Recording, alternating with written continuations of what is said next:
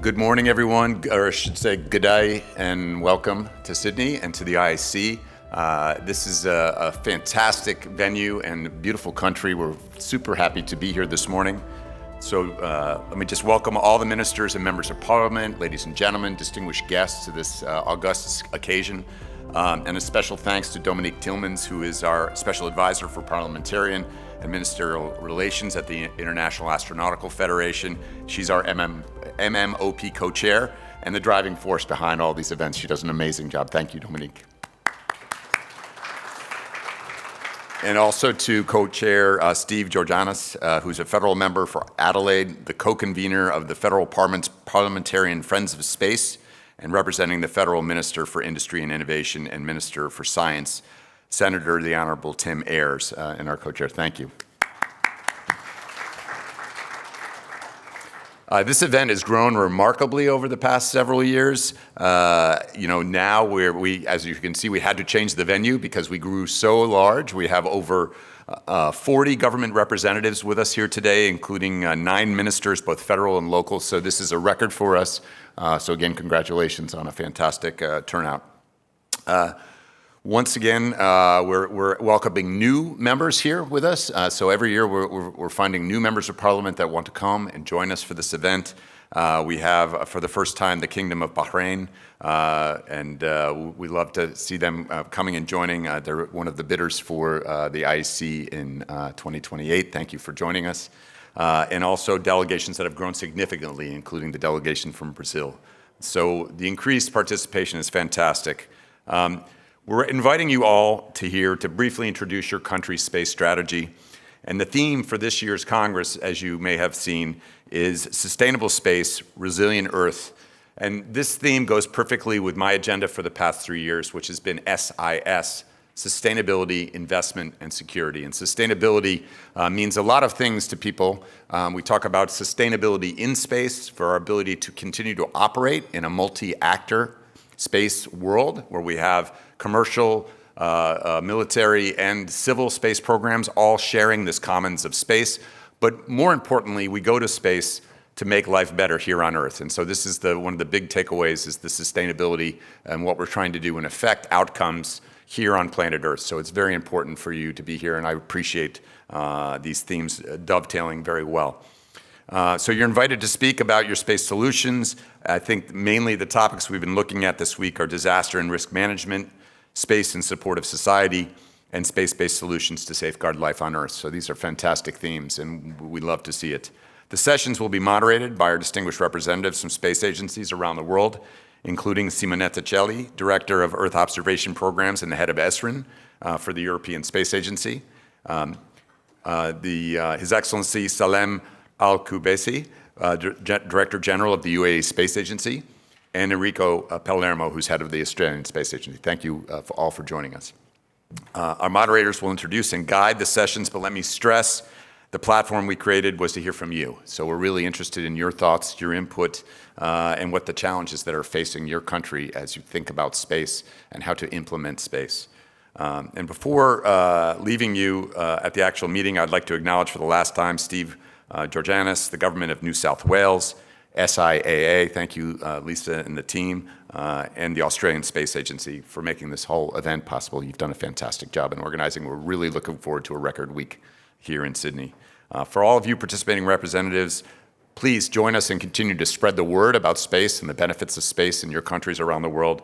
And again, to Dominique Tillmans, thank you for organizing us here and convening us. Enjoy the session. Thank you.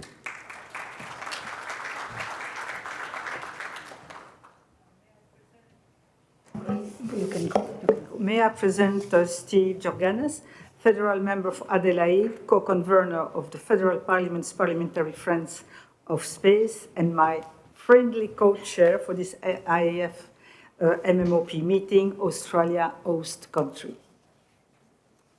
Thank you very much, and good morning to everyone. Welcome. Welcome to Sydney. Welcome to Australia. It's a great pleasure to have you here.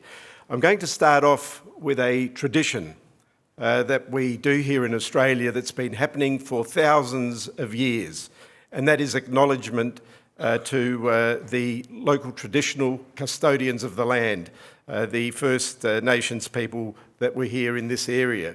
And it goes as I'll start.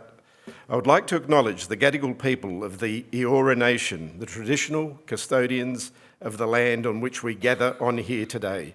I pay my respects to their elders, past, present and emerging, and I extend this respect to all Aboriginal and Torres Strait Islander people with us here today.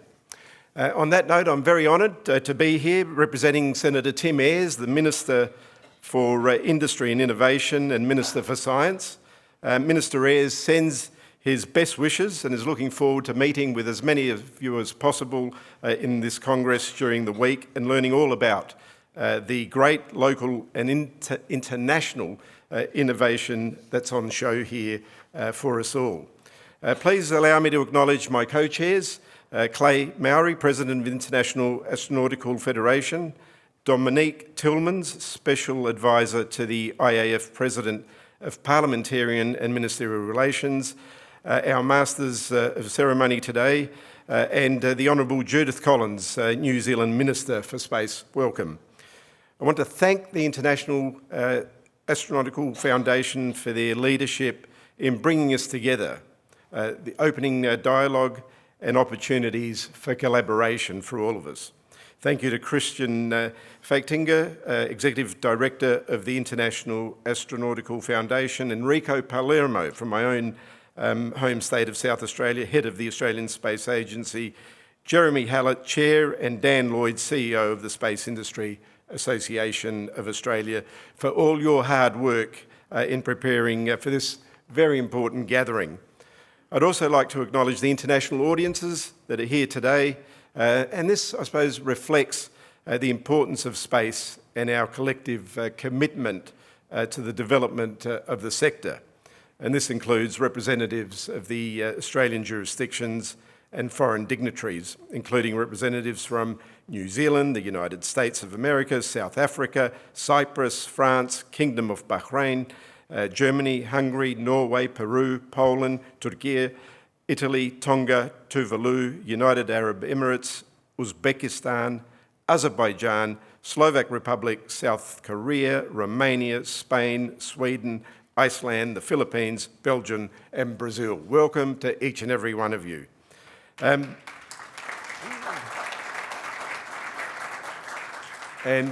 must say we are very excited to be your hosts for the 76th International Astronautical Congress 2025, and also for this Ministers and Members of Parliament event, which is very important for those of us who are legislators around the world to have an interest in space. And I say so because our theme today is space, the indispensable ally for decision makers. And I thought I'd just provide some very short observations on Australia and space in this context. And when you think of members of parliament or people that are making laws, the people that put us there, whether it's whatever the system is in your country, the people that we represent expect a few things from their members of parliament or from their governments. One is to know that they're secure when there's a threat. Number two is to know that they will be provided for in terms of food, sustenance, etc. Number three is to provide an economy that is workable and allows that economy to create jobs and allows people to earn enough money to live in dignity. I think they're the three major things that everyone is aspiring for. And when you look at space, it touches on each and every one of those things. Security, through satellites, monitoring, ensuring that our borders are protected, etc., etc. If there's any threat, that the country is in good shape and knows beforehand what's happening. That's number one. Number two, agriculture. You look at geography, the geography of satellites, where they look around the place, and they can actually specifically tell you where there's the fire risk, where there is a risk of drought. And number three, it is the cutting-edge technology that's creating the jobs of the future, which develops our economy, helps our economy, creates jobs, and cutting-edge technology. So it covers everything that we do as members of parliament. And that's why it's important, as members of parliament, to have an interest in space, to ensure the progression of space technologies, and to ensure that we do the jobs that we've been put there to do, protecting our people through every aspect that touches their lives.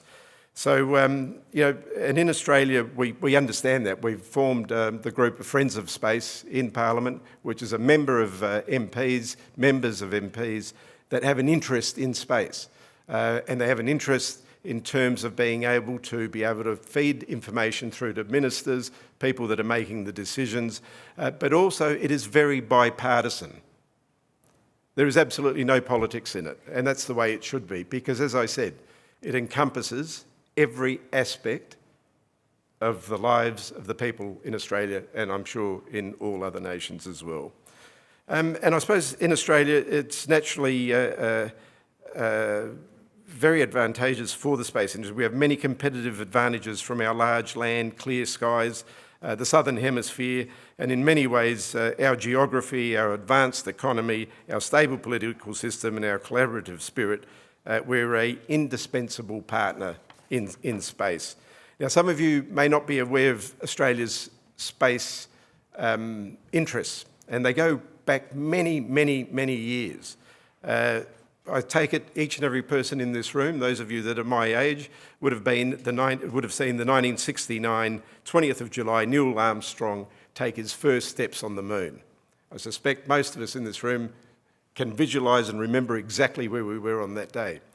600 million people around the world saw that vision. And it would have been impossible to see on the TV screens without Australia's involvement. For those of you that don't know, we have a couple of towns just outside of Canberra. One is called Honeysuckle Creek and the other one is called Parks, where two of the world's largest satellite dishes used to sit. For NASA to telecast this around the world, they needed the assistance of those two satellites because of the geographical positioning they were in and the Australian technology that used to run it all. But with collaboration with NASA, every person around the world had the opportunity to see on their screens Neil Armstrong take those first steps on the moon. That is Australia's involvement. That is how far back we go with space. So we've always had an interest, always will have an interest, and I'm also acutely aware of how many innovative companies have sprung up since 1969 till today that are forging ahead in the space industry. I represent the federal seat of Adelaide, and I have the central business district in the middle of my constituency. Approximately 10 years ago, more than 10 years ago, both the state government and federal government saw that we needed a centre for space, and they decided on Adelaide.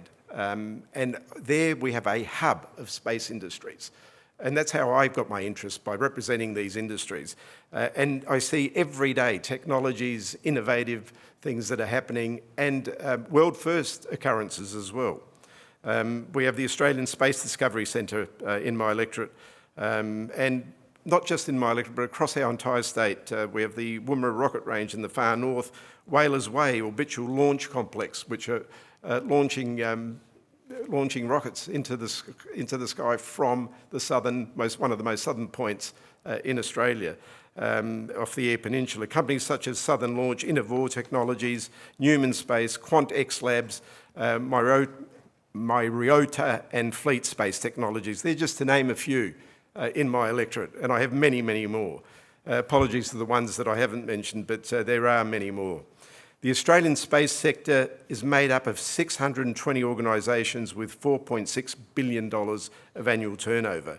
And our space sector also provides key benefits to many other Australian industries with benefits of space capability and data values for our agriculture sector valued at $1.5 billion, and benefits to our mining sector valued at $115 million by our Australian Space Agency. And keeping with the theme that space is an indispensable ally for decision makers, space is vitally important for Australia's long-term prosperity, for resilience, for defence and security, touching on all those things that I spoke about earlier. And this is because space systems make available technologies, including everything from communications, positioning, navigation and timing, and Earth observation, and they play a key role in the provisions of essential services, including the use for environmental monitoring, emergency response, location services on phones, precision agriculture, and reliable multi-day weather forecasts. So the industry here in Australia offers services to the entire world.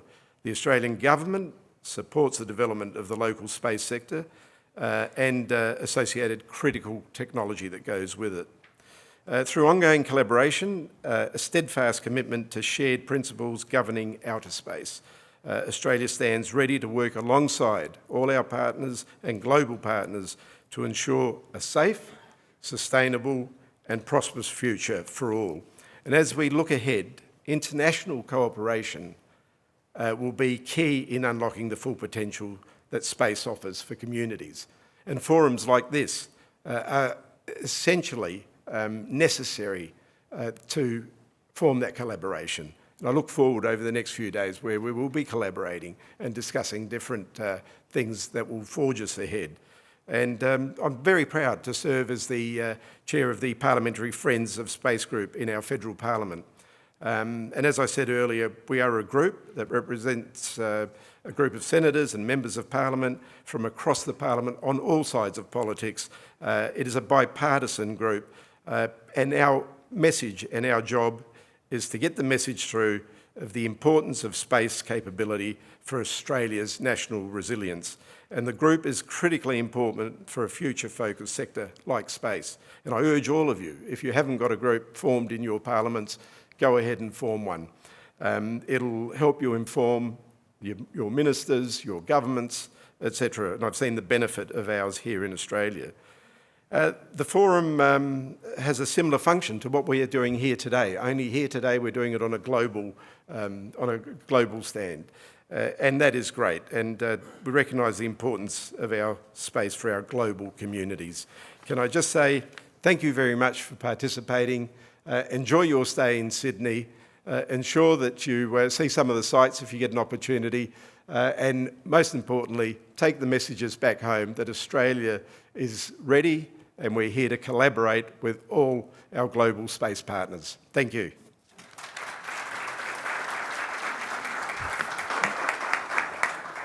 Thank you, Steve, for this interesting overview about the huge development of the space sector in Australia. Now I will introduce Honourable Emily Suval, Parliamentary Secretary for Trade and Small Business, New South Wales Government Space.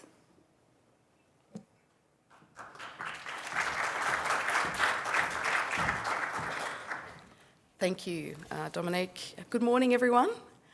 It's a real pleasure to be here, to welcome you here to Sydney this morning, to New South Wales, and to host you in what is this exciting event. I too acknowledge, as Steve so eloquently did, I too acknowledge the Gadigal people of the Eora Nation, who are the traditional custodians on the lands on which we are all meeting today. I pay my respect to their elders, past and present, and any Aboriginal and Torres Strait Islander people that are here with us today. I also wanted to extend a special welcome to a number of our key guests, as others have done. Mr. Jeremy Hallett, the Chair of the Space Industry Association of Australia, host of the IAC 2025. Mr. Enrico Palermo, Head of the Australian Space Agency and the co-host of IAC 2025. Mr. Clay Mowry, President of the International Astronautical Federation. Dr. Christian Feitinger and Elena, who is here also. Christian is the Executive Director of the International Astronautical Federation.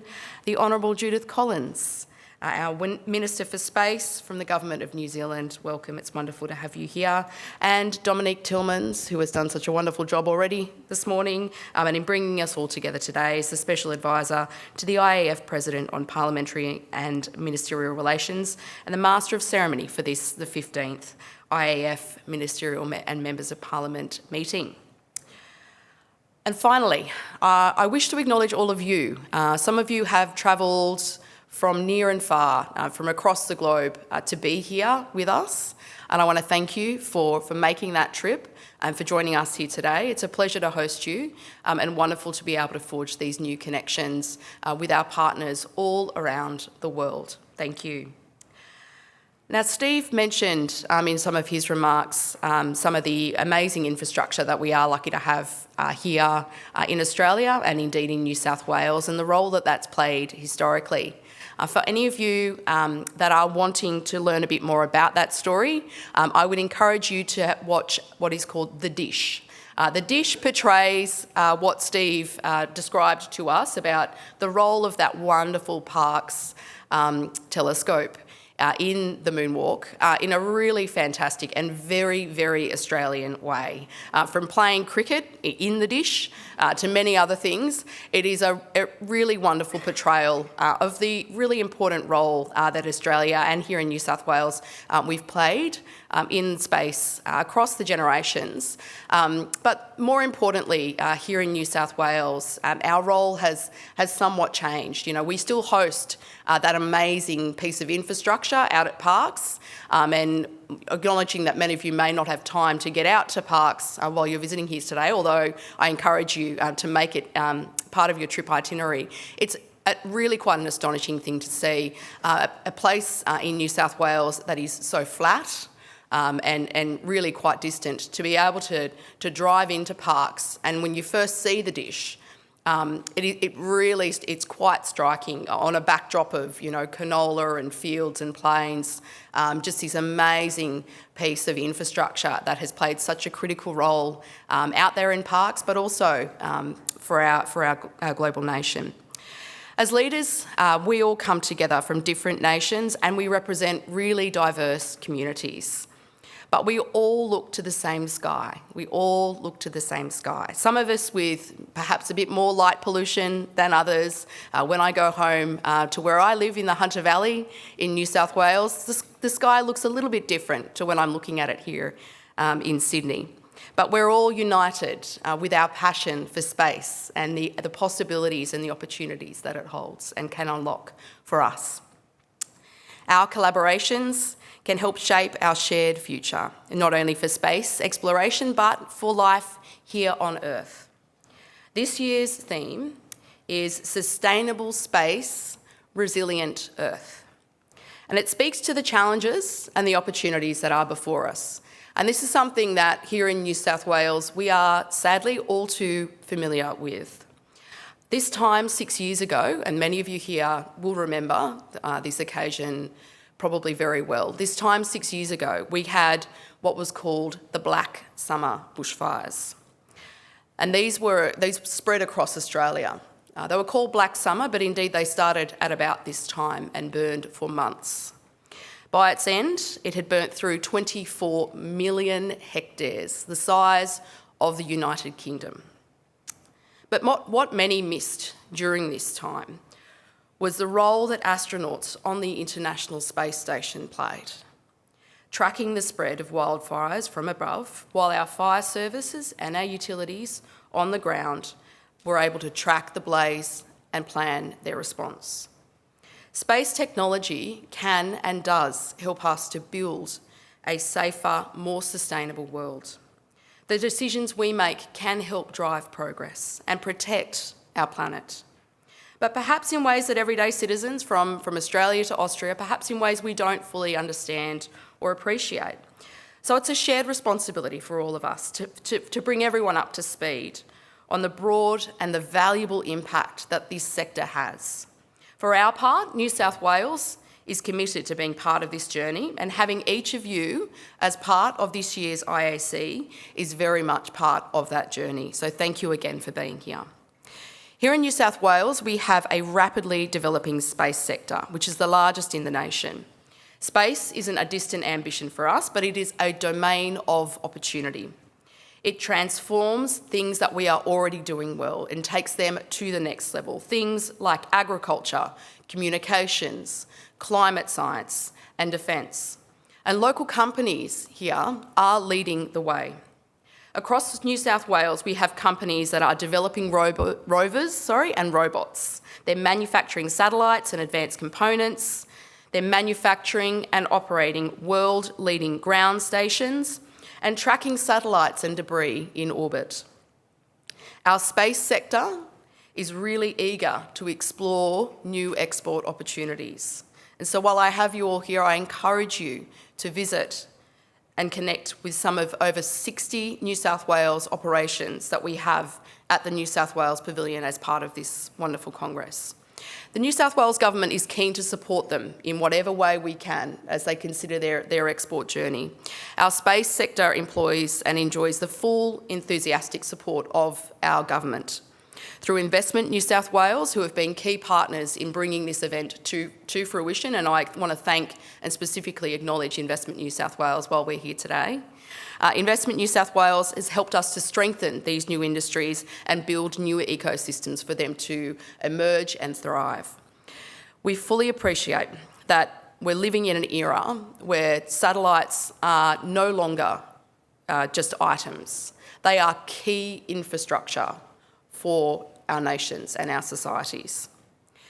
We're also on the lookout, always on the lookout, for new opportunities, partnerships and business engagement. With the National Space Agency Industry Hub, we're helping local businesses to commercialise their products. We also have the New South Wales Space Research Network, which is a grant funding and collaboration entity. It awards funding and matches in-kind funds for space research and student projects. In New South Wales, we understand the importance of diversifying our economy. There is a lot we can offer other nations as we grow and as they grow and develop our own. As Australia's leader in full value chain space, innovation and commercialisation. And so I encourage you to make the most of this unique opportunity that this conference presents us. Share ideas, forge new alliances and set the agenda together for a bold and sustainable future. Whether you're a policymaker or a physicist or an engineer, a startup or a space agency, on behalf of the people of New South Wales, thank you for your attendance and let's stay in touch. I hope this Congress sparks lasting solutions and new connections.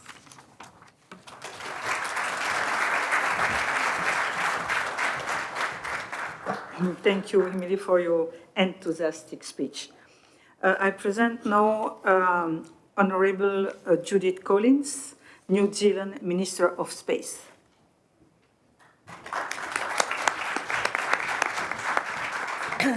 Well, good morning, everybody, and big shout out to our Australian hosts. We have a very strong and close relationship, so much so that sometimes we get mixed up for each other. And also because I was here, this is the second visit I've had this week to New South Wales. So it's just amazing. We spend so much time together. It's a pleasure to be here in Sydney, my second hometown, amongst our fellow ministers and parliamentarians to celebrate and strengthen our shared commitment to space. This upcoming International Astronautical Congress is not just a technical gathering, it's a forum for leadership, for vision and for action. And today's sessions on disaster and risk management, societal support and safeguarding life on Earth remind us why space matters.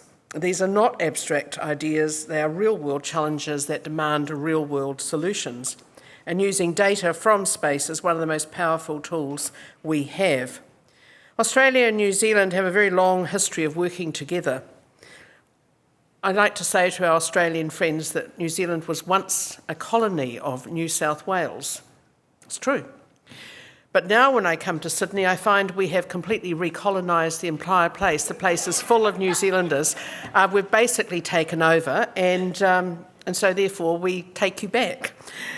But our partnership between the New Zealand Space Agency and Australia's SmartSat Cooperative Research Centre is a standout example of that cooperation. So last year at the Australian Space Forum in Adelaide, I announced our joint feasibility studies with SmartSat CRC. And together we have worked on a number of areas, from improving crop yields through satellite imagery and drone data, to improving pastoral condition and biomass mapping through the use of satellite remote sensing and data fusion, to developing technology and mission concepts for monitoring the southern Indo-Pacific maritime domain.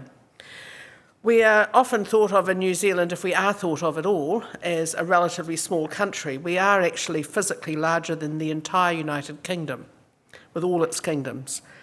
But our population size is smaller than Melbourne, therefore smaller than Sydney. But what this means is that we also have the fourth largest search and rescue area in the world. We are a maritime nation, and we cannot possibly undertake that sort of work without the use of satellites and space generally. And you've heard from Emily about how the work of the Space Centre was integral to Australia dealing with its bushfires a few years ago. It is critical to us in our search and rescue and our domain safety regimes that we have to put in place. It's very practical, applied science. It makes a big difference at building capabilities that serve our people, support the development of our economies, and protect our interests. Today, I'm pleased to announce that from these feasibility studies, New Zealand will invest up to $5.3 million over 3 years to support New Zealand researchers and organisations to work with our Australian counterparts to continue joint research and development to deliver real-world impact. Funded projects will support advancements in maritime domain awareness, agricultural water management and resilience to droughts, and the governance and management of the Trans-Tasman network of optical communication nodes. These projects will benefit both countries by building space capability on both sides of the ditch, which is what we call the Tasman Sea, for those of you who are not in the know. It supports economic development and protecting national interests, which while driving innovation and bringing our researchers and industry together.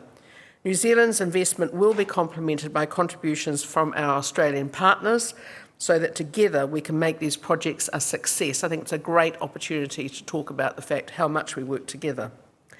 So New Zealand's space sector is growing rapidly and with purpose. I will tell you that last year, since I became the Minister of Space, New Zealand was third in the world for verifiable vertical launches. That's pretty amazing. It had nothing to do with me. I just want to say it was since I was the minister. But, you know, I am a politician. I do need to say that, right? Third in the world. So last year we were behind the United States, behind China, and we beat Russia. And frankly, I think that's a good thing. So a little country with a small population, we can do that, and we can do that with the innovators we have, with good regulation that lets stuff get done, and also being a particular part of the world where there's not a lot happening above. But that recent study estimated the size of our space sector provides the most comprehensive snapshot of just what that means for us as a country. So in 2024, our space sector supported 17,000 jobs, total estimated revenue of $2.68 billion, a remarkable 53% increase since it started in 2019.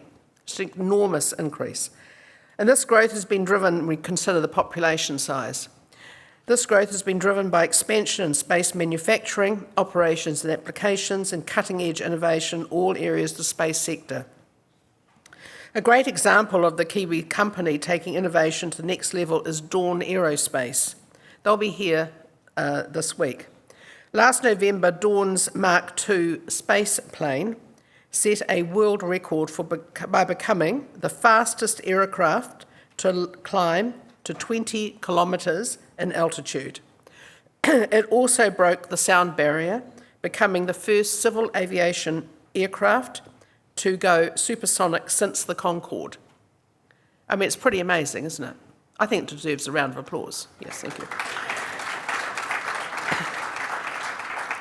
And just last week, a New Zealand payload, Heki, we like to name everything, was launched to the International Space Station to test a superconducting magnet and its power supply with the potential to revolutionise in-space propulsion. So imagine in-space propulsion without using fuels, nuclear or fossil fuels. It's pretty amazing too. That's all coming out of New Zealand. So our sector is thriving, but we cannot do it alone. It's not all just about us. For New Zealand, international partnerships are a cornerstone of our space activities. They allow us to access cutting-edge technologies, contribute to global missions, and ensure our values are reflected in the way space is governed and used. We are proud to be signatory of the Artemis Accords, which promote the peaceful, transparent, and sustainable exploration of the moon and beyond. We are active participants in the United Nations Committee on the Peaceful Uses of Outer Space, and we work closely with partners across the Indo-Pacific, Europe, and North America to share data, align standards, and coordinate on safety. These partnerships are not just diplomatic, they're very practical. They help us respond to emergencies, monitor our environment, and protect our national interests. They also open doors for New Zealand researchers, businesses, and innovators to contribute to the global space sector. And as a small country with a strong reputation for integrity, agility, and innovation, New Zealand brings a unique voice to the global space community. We are committed to being a responsible actor, a trusted partner, and a leader in shaping the future of space. As well as being Minister for Space, I am also New Zealand's Minister for Defence, and I see firsthand how deeply interconnected these portfolios are. Space is no longer a niche interest. It is a strategic domain that underpins our communications, intelligence, surveillance, and ability to respond to threats and crises. New Zealand's Defence Capability Plan, released in April this year, sets out a roadmap for modernising our New Zealand Defence Force, and space capability is explicitly included in this plan for the first time. We want to invest in space capabilities to support intelligence, surveillance, and reconnaissance, communication, navigation, and targeting. The plan also highlights our commitment to joint procurement opportunities with Australia to ensure our interoperability and maximise strategic weight. These capabilities are not just about defence, they're about protecting our sovereignty, securing our region, ensuring New Zealand can operate with confidence in an increasingly uncertain world. In an increasingly complex world, it is our ability to work across borders, disciplines, and cultures that will define the future of space. We are very proud in New Zealand to be part of that global effort. And the IAC is a chance to build those connections, share ideas, and shape the next chapter for activity in space. We look forward to the conversations ahead and to be building a future in space that reflects the best of what we can all achieve together. Thank you very much.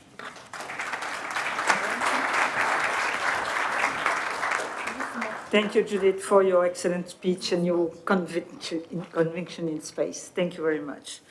Well, we are all politicians. We are all decision makers, and this meeting is made for us. So what is the uniqueness of this meeting? It's the only meeting over the world, across continents, where ministers and parliamentarians together exchange views on their space strategy and on relevant space solutions in their country. It's the only meeting where we make space accessible, understandable. Here, there is no jargon, no acronyms. And it's the only meeting where politicians inspire each other, seize synergies, share experiences, good practices on space solutions. It's the only meeting where its colleagues will explain space solutions. And precisely it's because space solutions are explained by our colleagues that they are understandable and meet our expectation, our interests. Whether you are already convinced by space solutions and you use them, whether you heard about space solutions, but you don't know exactly how it works, whether you aren't be interested in space, because space is not really popular in your country, and you are already busy enough like this. But there is something very powerful which unites us. We are responsible for the good governance of our country, our cities, our region. We have the responsibility to look forward, to define strategies and actions to lead the way, to grow, evolve, and bring prosperity to our country. Be convinced.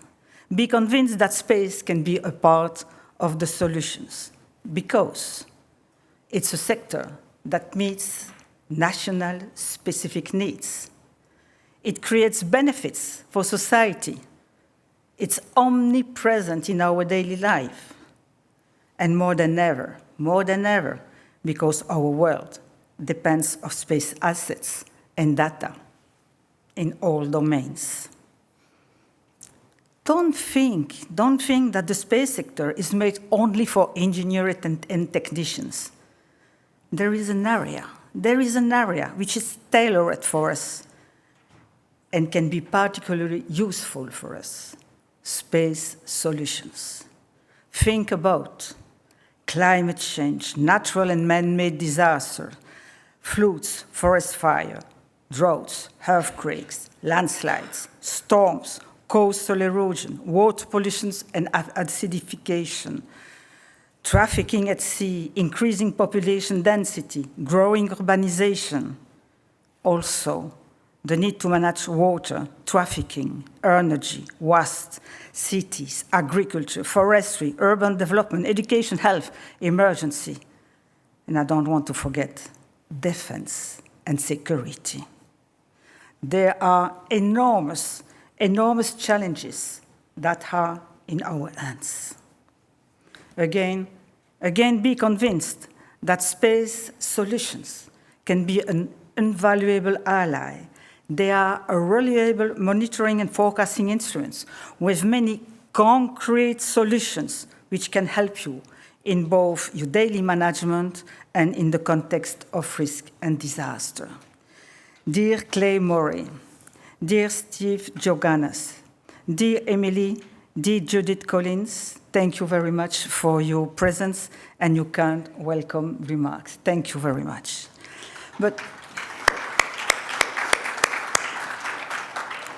And there is a person that I would like warmly thank. It's Christian Feitinger, IAF Executive Director, for having understood 15 years ago already the need to involve politicians in this huge Congress by organizing a meeting dedicated to us. A warm thank to his dynamic team, especially Martina and her colleagues, and to him for his foresight. Thank you. And I extend my sincere gratitude to our space experts who will moderate our sessions. Simonetta Celli, Director of Earth Observation Programs and Head of ESA, Salem Al-Kubasi, Director General UAE Space Agency, Enrico Palermo, Head Australian Space Agency. What can we expect from our meeting? We expect from ministers to illustrate the country space strategy, main priorities, and action. From parliamentarians, we expect to present a relevant example of space solutions in their specific challenges.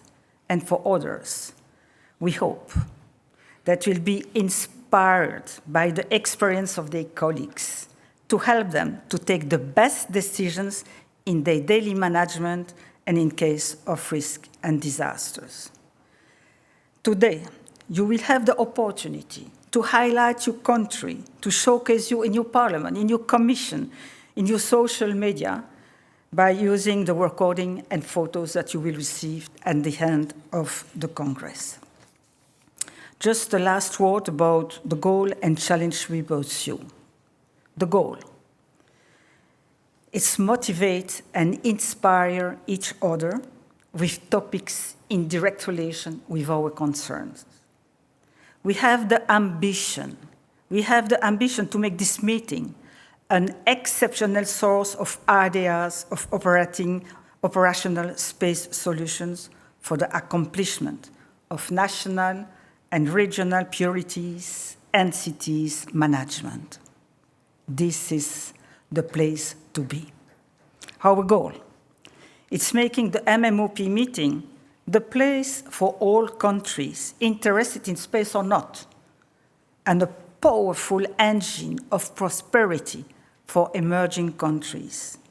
This is why our motto is, if it's possible in your country, it might be possible in mine too.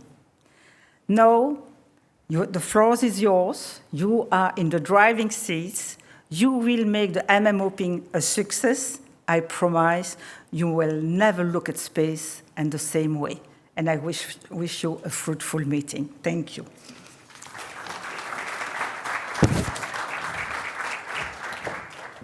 Thank you, Dominique. I'm very honoured to introduce the first session for discussion at today's Ministers and Members of Parliament meeting on the topic of space for disaster and risk management. Space solutions have the potential to help governments and administrations to manage disaster risks. They play a crucial role in all phases of disaster and disaster risk management cycle, from prevention and preparedness to response and recovery. And on that note, it's my pleasure to introduce Simonetta Celli, Director of Earth Observation Programs and Head of the European Space Agency, to deliver a keynote speech and moderate this session. Please join me in welcoming her to the stage. Good morning.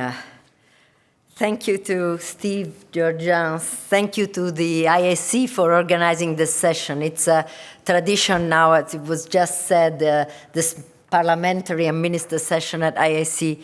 So a big thank you also to Claire Maury, but a special one also to Dominique, because she's really the soul of what is happening here. She's really trying to support all what is the discussions that we're having more at technical level in the IAC, with a strong interest, with a strong engagement from the political side and the ministerial side. And I think this is really something essential today, where space in general has become a much more strategic domain for all of us, a much more political domain, not just technology one, but also a sector which is really supporting challenges that we have in our everyday life, and also having very strong economic dimension. So the relevance of space, I think it's one of the reasons that today we are here with a parliamentary and ministerial meeting discussing some of these documents and some of these documents. Space for risk management and disaster. This is really at the heart of what we've been doing in many of the space agencies worldwide, is at the heart of the collaboration among many of the space agencies which are here, not just from the Sendai events, which has been really somehow the context in which disaster management has been framed in the international arena, but also through different mechanisms that have been developed during the years among collaborations in space agency. What can you do with space in support of disaster resilience and risk management? You can do quite a lot. You can do a lot in terms of response to the immediate emergency, but you can also do a lot in terms of preparedness. So you have various phases related to the disaster. One is, of course, being ready when the disaster happens, being ready with the right tools, the right space infrastructure to support those disaster events. One is the immediate reactiveness after the event happens. And one is, of course, the support to reconstruction, the damage assessment. All these phases of disaster related to the disaster are those tackled and supported today with the satellites that we have all over the world, with the data that we have available, and with the work that we've been doing and we are doing collectively in the space domain. And all these phases are as important, and I will show you some examples why. Because in some events which are associated to natural disaster event, it's not just important to react a posteriori, but really to try and have preventive measures, forecasting measures, indication of a potential happening of a disaster. You have here a few examples I wanted to show you. These are related to different types of disaster. You can have in the natural disaster context, of course, disaster like the one we just heard in Australia, the fires a few years ago. You have more recent disaster like the one of the flooding in Valencia or the Polish floods last year in Europe. You have also disaster related to deforestation in South America, and here you see disaster related to fire in South America. Flooding, of course, is another one displayed here in Myanmar, but also you can have man-made disaster, which are not just natural disaster, and this is the case of what is displayed here in the events which happened in Lebanon a few years ago. All these are just examples, but examples to show you how really space today, how the data that we have available, and as you know, Europe is quite at the forefront with the satellites we have available in terms of overall meteorological science and Copernicus data, and the 300 terabytes per day available of Copernicus data to support these challenges. The data we have are really able to look at scars in the case of a disaster like fires. They're also able to support, and this is important for you, decision maker, implementation monitoring of relevant legislation. Some countries, for example, have legislations which relate to the fact you cannot build again in a burned area. And this is, for example, was the case in Italy in the environmental legislation, where it was forbidden to rebuild to avoid that actually fires were produced. And that monitoring of that environmental legislation related to burned area has been supported in terms of monitoring of the implementation with data from satellites. Other things are also extremely important, also for the economic dimension in terms of monitoring the disaster. Whenever you have a flooding, and I think, for example, of the Florida cases recently, a few years ago, you need to have from the insurance company information about the extent of the flood, the relevance of the flood, if you want to see how much you have to reimburse insured, for example, people. So many different activities where satellite data, satellite tools, and satellite solutions are coming to support our everyday life. We have organized, since over 25 years, we actually celebrated next week in Strasbourg, 25 years of the International Charter on Space and Major Disaster. This was a new initiative which was developed through the Unispace conference in 1999 in Vienna, where the European Space Agency and part of the European Space Agency and CNES, the French Space Agency, together with the Canadian Space Agency, initiated a collaborative mechanism where space agencies that had satellites available and data available to support disasters would provide them in kind to support events worldwide. It's been an extremely successful story of collaboration. Today, 17 member agencies from all over the world, you'll see the list of those, work in support of the Disaster Charter. And the secretariat of that charter is hosted at the site which I have the privilege to lead. It's the ESA site in Italy, in Frascati. You have an operational mechanism whereby designated authorities, which are the civil protection agencies of the participating members, but also UN agencies, so also countries who are not member of the Charter directly can activate this mechanism, which supports the provision of data sets, of products, of somehow maps related to the area of the events. We have about one activation per week. So you see here the number of activation, which is about 1,000 already, 17 space agencies from ISRO to JAXA to Canada, many, many more who are contributing 143 countries are supporting this charter initiative and over 270 satellites. So it's a really strong international effort of collaboration that is displayed here, where you see that all the key actors in the world that have satellite data available to support natural disaster, but the charter also has a provision for man-made disaster, are working together. And they're working on a, I would say, very strong voluntary basis. On this has been, in terms of investments from the partner, not as big as doing huge space programs, but very strong, I would say, visible relevance, showing the importance of what you can do with Earth observation data. In the domain of disaster, we have also in Europe other initiatives which are very important maybe to mention. There is a Copernicus Emergency Service. This is a Copernicus service which is an operational one. It's been elaborated and under the leadership of the European Commission as an operational system that supports events like disaster, and it's very closely coordinated with the international charter. It's using data sets from commercial data sets, but also all the available national, European, and international missions, and it's actually providing maps and products over the areas which are concerned at some occasion. Here we have an example, for example, of the Castilla-León events, which were the rapid mapping maps that were developed by the Copernicus service, and those are done everywhere whenever it's needed, and when the activation, of course, is done of such Copernicus Emergency Service. And immediately all the data sets available are organized through value-added sector companies which work actively and provide this as a result to support the activities on site. Can be for civil protection agencies who have to operate on the site. I think, for example, at Valencia floods, over 500 kilometers of routes were impacted. Unfortunately, over 200 people died. But what was really relevant, and what is really relevant in every case that this Copernicus service is activated, is to have immediately, as fast as possible, the product that you need, also if you're not space specialists, to operate on site, to be able to know if a street is still accessible, if there is a blockage, and where you need to intervene.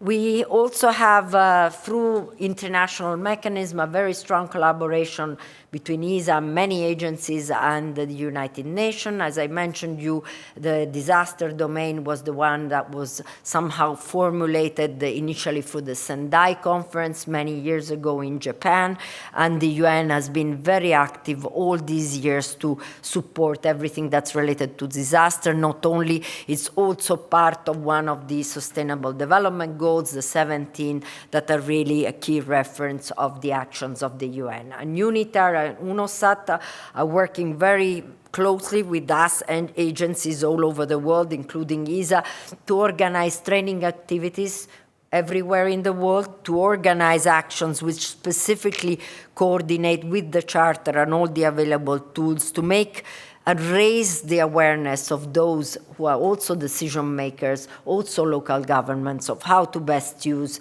all the data available, all the provisions available by the collaborative mechanism. And UNITAR and OSA are extremely active on that domain. They work with the national authorities in the various countries, even in countries that don't have necessary already space assets to provide.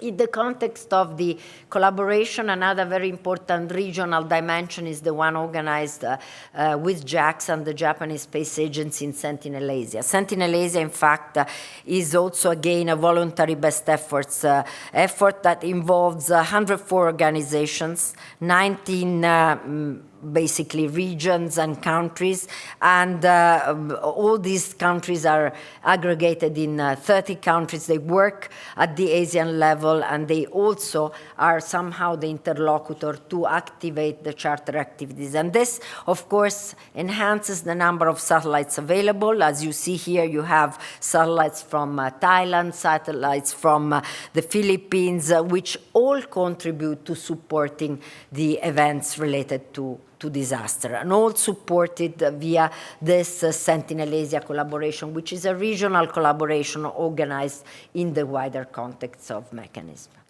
Here, an example of an activation of Sentinel Asia. Basically, you see again, no, here I see, then it was changed. You see the flooding in Valencia. Again, just to mention the relevance of the tools. It's Valencia as an example, but what is important also to say here that today, the tools and the technologies that we have don't only allow us to look at the impact of the damage over the area. For example, in Valencia, we use some optical data sets from Sentinel-2, some radar data sets that can really help us to see the extension of the flooded area. But one thing which is very important today is to improve somehow capabilities in terms of forecasting, capabilities in terms of prediction.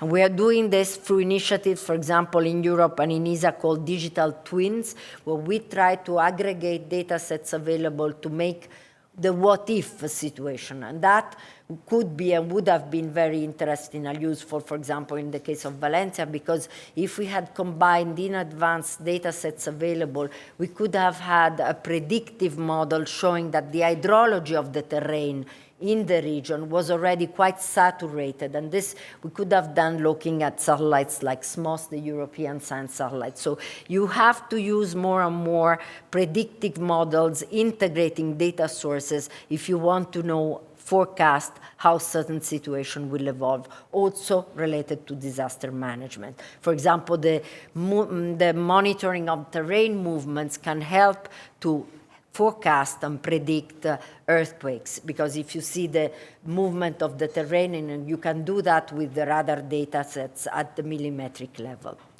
Last but not least, I think it's important to mention that today we're talking about disaster, but we also talk a lot about security and resilience. And this new dimension of security and defense has been just mentioned by Minister of Defense of New Zealand, who I had recently the pleasure to meet, in fact, in Europe. And there are new initiatives also in Europe which are being shaped.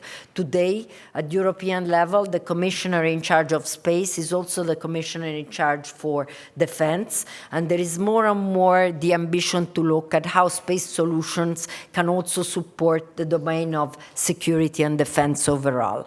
And ESA, the European Space Agency, is looking at that options in terms of using the available national, the available commercial data sets in the domain of Earth observation, but also look at gaps and complementary needs that we might have in the current geopolitical context, for example, where we have more and more an increased need to monitor and have surveillance on border control, where you need more and more to look at migration fluxes, where you need more and more to look at potential submarine cuts of relevant distribution of data sets, mechanisms, and infrastructure monitoring.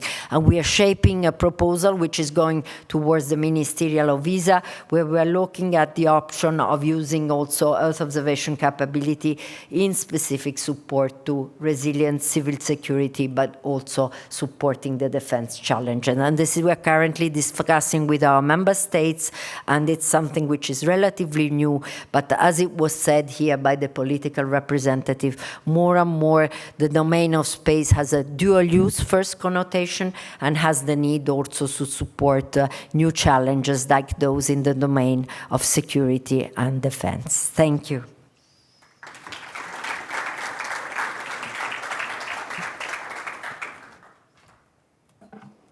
Thank you very much, Simonetta, for that wonderful presentation.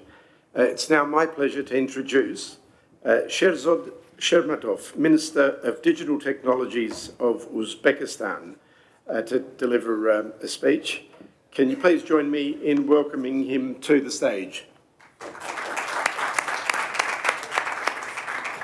Good morning. I'm very honored to be here to greeting you in this important event. Of course, maybe not so many of you are aware about Uzbekistan. If you look at the map from the space, you can see all the stans, and the Uzbekistan is the only country among all these stan countries which is surrounded by all other stans: Kazakhstan, Kyrgyzstan, Tajikistan, Afghanistan, Turkmenistan. So it's much better view from space. So I'm very much pleased to present you about what we are doing in the area of space for disaster and risk management. And of course, Uzbekistan is a rapidly developing country. It's one of the fastest growing nations nowadays, and we have a young and dynamic population. And therefore, we are trying to use the space technology to prevent the systemic challenges in Uzbekistan. Because despite all the economic growth and prosperity for the people, we have to be always taking care of preventing all those disasters. And in Uzbekistan, we see several systemic risks. First and foremost, this is a seismic activity. 46% of the territory of our country lies in a seismic active zone. This concerns not only the preservation of infrastructure, but also the safety of millions of our citizens. We are 38 million people already. We hope that soon we will become the 40 million, because we are growing 1 million a year. There are not so many nations in the world which are growing that fast. So water resource present in particular problem. Over the past 15 years, the volume of available water resources has decreased by 30%. In the context of growing needs of economy and populations, this is becoming a critical factor of national security, and desertification affects 73% of the country's territory. So these kind of challenges require fundamentally new approaches to monitoring and risk management. And we try to use the satellite technologies as a foundation for preventive risk management. And we have an Uzbek Space Agency under the Ministry of Digital Technologies, and which has developed a comprehensive satellite monitoring system that provides 5 key areas of activity. First, continuous monitoring of the country's territory under the close control from space, which makes it possible to track changes across the entire territory of the Republic. And analytical for strategic planning forms the scientific basis for making long-term state decisions. Forecasting of emergencies enables the adoption of preventive measures before critical events occur, and targeted solutions make it possible to concentrate resources precisely where they are most needed. And rapid damage assessment provides fast and accurate information for the coordination of rescue operations. Thus, we are implementing a transition to a preventive model of risk management. If we move to the concrete cases, we are monitoring the urban buildings for deformation. And given the high seismic activity in the region, we have implemented advanced radar informatory technology, INSAR. This technology provides highly accurate monitoring and deformations in buildings and structures. It makes it possible to detect structural changes before they become critical. If you see in this picture, you can see the Registan Square in Samarkand. Samarkand is one of the oldest cities in Central Asia. It was the center of the Great Silk Road. And the square is called Registan, where 600 years ago, the ruler of Samarkand, the Mirza Ulugh, at the same time the great astronomer, he built first madrasa, the university at that time, 600 years ago. And he also built the observatory and with the largest sextant at that time. So our task is to keep all this heritage for the future of humanity. And this year, this autumn, UNESCO is holding its first General Assembly outside of Paris in Samarkand, just to have you a better idea how Samarkand is full of historical heritage points. And we use space technologies to make sure that we are preventing all these kind of building deformations, which are very old buildings in Samarkand city. It's not just the Samarkand, there are many other areas as well. And of course, we are utilizing the monitoring of critical infrastructure, and the particular attention is given to monitoring critical infrastructure, including the hydraulic structures that are the vital importance for national security.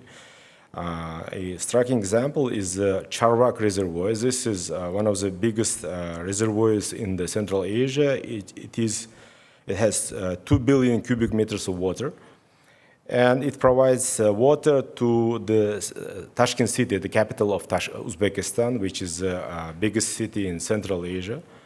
And we carry out the monitoring of not only the dam itself, but also the entire water area of the reservoir. The condition of nearly 50,000 control points is tracked. Overall space monitoring is conducted for all major reservoirs across the Republic. And the next area is the 3D modeling of dam breaches.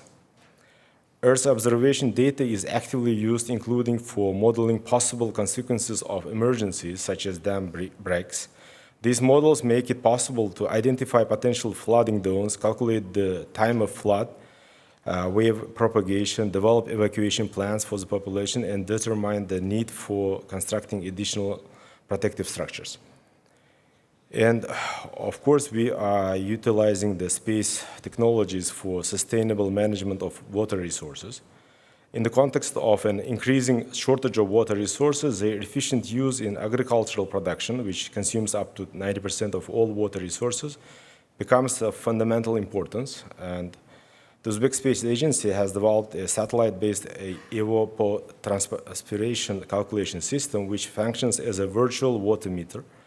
The system makes it possible to determine the actual water consumption of each agricultural contour without the installation of physical measuring devices.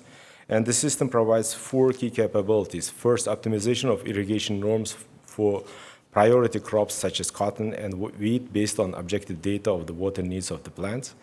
Second, identification and scaling up of the advanced agricultural practices. We can determine the most efficient farmers and disseminate their experience at the regional level. Third, calculation of the water productivity index, determining how many kilograms of produce and what amount of monetary income is generated by each cubic meter of water. And fourth, strategic planning of crop placement and forecasting of yields based on water resource analysis. The result is significantly saving of water resources while simultaneously increasing the efficiency of agricultural production. And of course, the deforestation monitoring is also an important area of our space activity. Within this framework of the state environmental policy of the Republic of Uzbekistan, we placed a moratorium on tree cutting. To ensure compliance with this measure, a complete digitalization of green plantings has been carried out, and daily space monitoring has been implemented. The system automatically records any changes in the condition of green zones and transmits the information to the competent authorities for immediate action. This not only ensures control over compliance with the law, but also fosters a culture of environmental responsibility in society.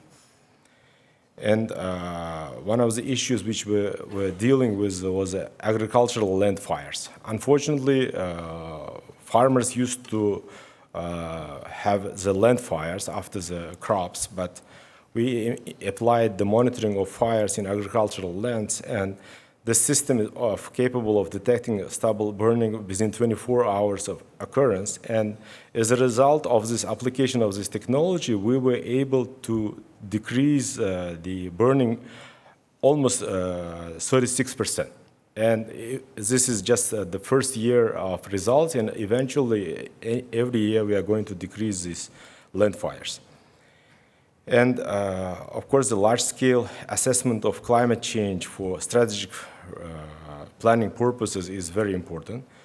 And satellite technologies are giving us the ability to conduct this large-scale assessment of climate change for strategic planning purposes. By combining satellite data with climate models, we can now monitor water deficits, aridity levels, and the number of extreme heat days across the entire country. These indicators are essential for long-term planning of water resources, agricultural activities, and climate adaptation measures.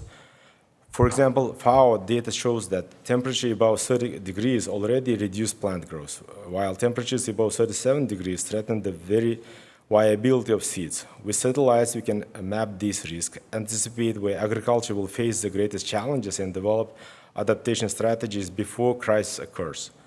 This work also allows us to identify vulnerable ecosystems and forecast risks to flood security and water supply. In this way, Earth observation becomes not only a tool of monitoring, but also a foundation for evidence-based decision-making and national resilience planning. And of course, we are just starting, and there are many next steps which we are trying to focus. The most important asset is our human resources. As I said, we are growing 1 million a year, and we see the growing interest in space technologies because in parallel, we try to promote Uzbekistan as an IT outsourcing hub, and we see many IT companies are opening up their offices in Uzbekistan, and so we try to utilize our human resources for future space technology applications. And if you are interested to open up the offices in Uzbekistan, you are welcome as well. And we are also promoting the investment in the technological development of the next generation of space systems and analytical platforms, and trying to train the highly qualified specialists and develop the international partnerships in the regional level. And of course, we are also participating as a bidding country for 2028 IIC, the conduction in Samarkand. So I hope that it would be interesting for you to visit Samarkand in 2028, and we would be happy to see you there all. Thank you.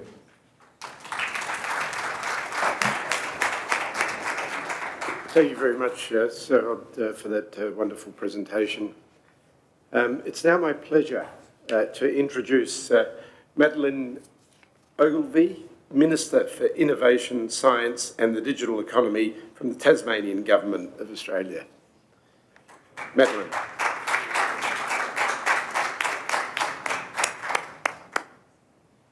Good morning all, and welcome to beautiful Sydney. I always like to travel to Sydney because I know the weather will be much better than in my home state of Tasmania, which is always very cold.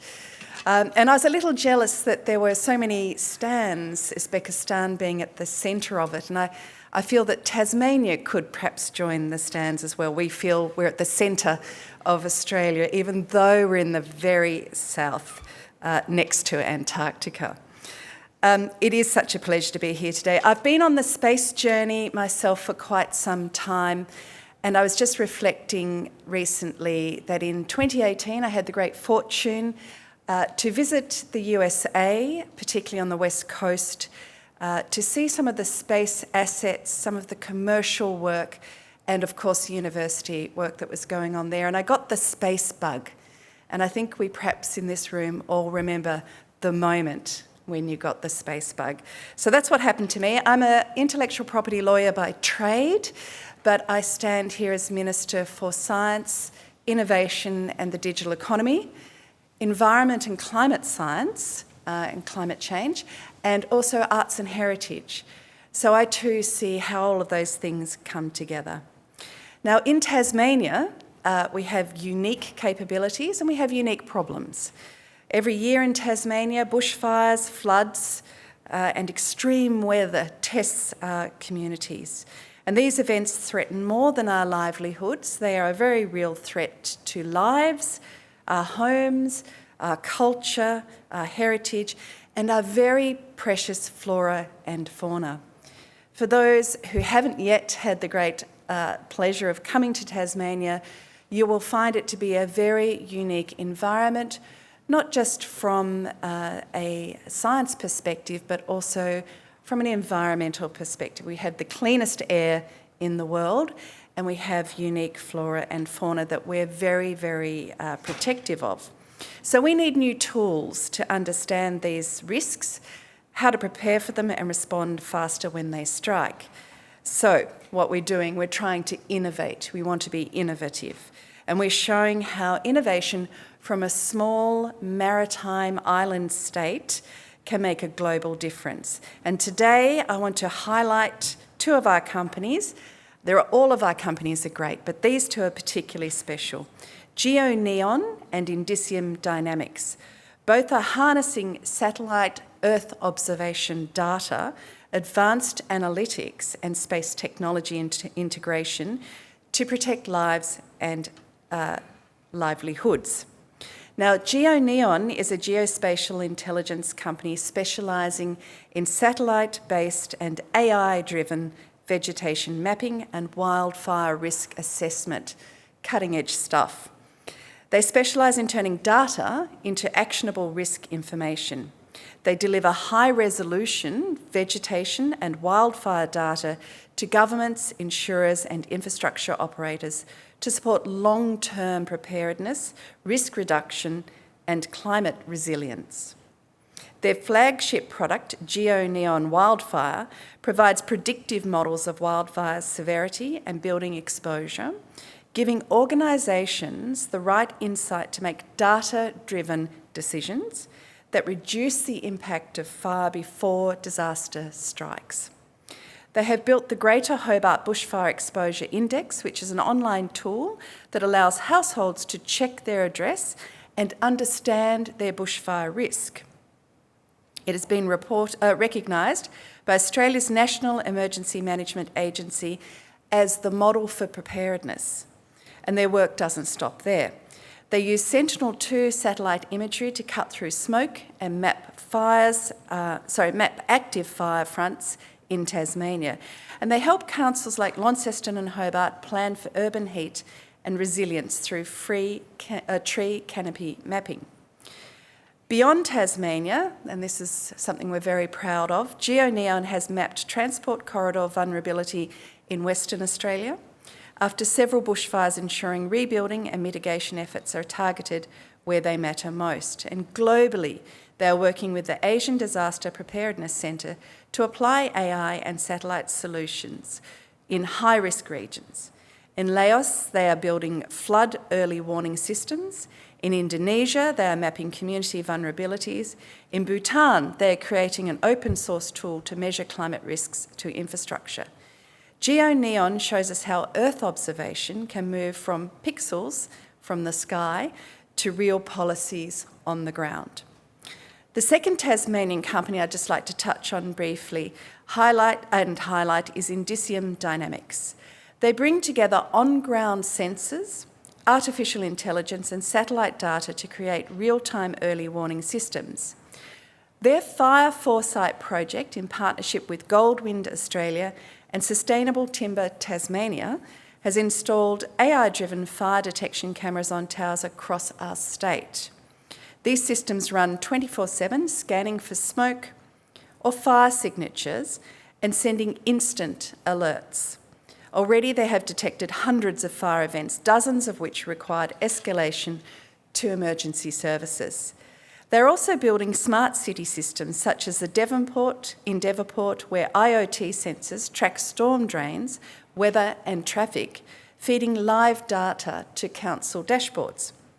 Indicium is scaling its technology nationally, deploying rapid response fire detection units in Western Australia, and globally their model of integrating sensors with satellite data has the potential to serve disaster-prone regions across Asia and beyond. And I'm hoping in this room we may have some people interested in the technology that we're delivering and applying.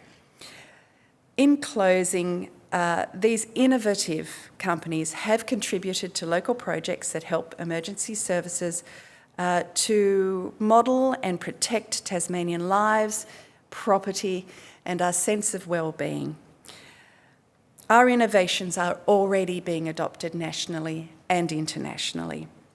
In a world of increasing risk, Tasmania's investment in space-enabled disaster and risk management is already making us more resilient and better prepared for the unexpected.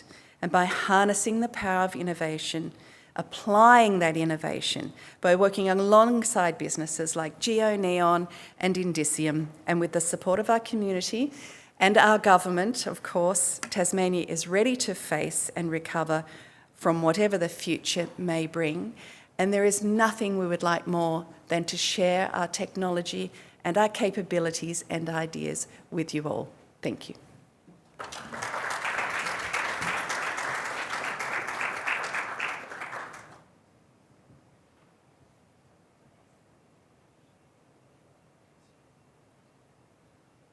Thank you very much, Madeline, for that presentation and for your insight, especially hearing about Tasmania and the bushfire risks that exist down there. At this point, I'd like to introduce Yorgos Komondoros, correct?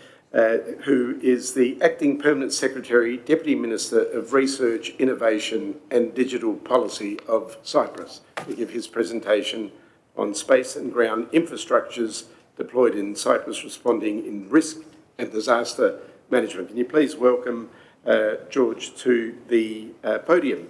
Welcome, George. Dear ministers, dear members of the parliament, distinguished guests, ladies and gentlemen, I'm delighted to be joining you today on this very special occasion, and I would like to thank you all for the hospitality to the beautiful city of Sydney. In recent years, our planet faced the consequences of several natural hazards resulting in human and economic losses. Extreme weather events due to climate change will only increase in the future. The rapid growth in the use of space infrastructures and space applications has the potential to mitigate the impact of climate change and related hazards, from prevention and preparedness to response and recovery. The space sector is undergoing a rapid transformation due to an increasing demand for space-based services alongside the emergence of new space.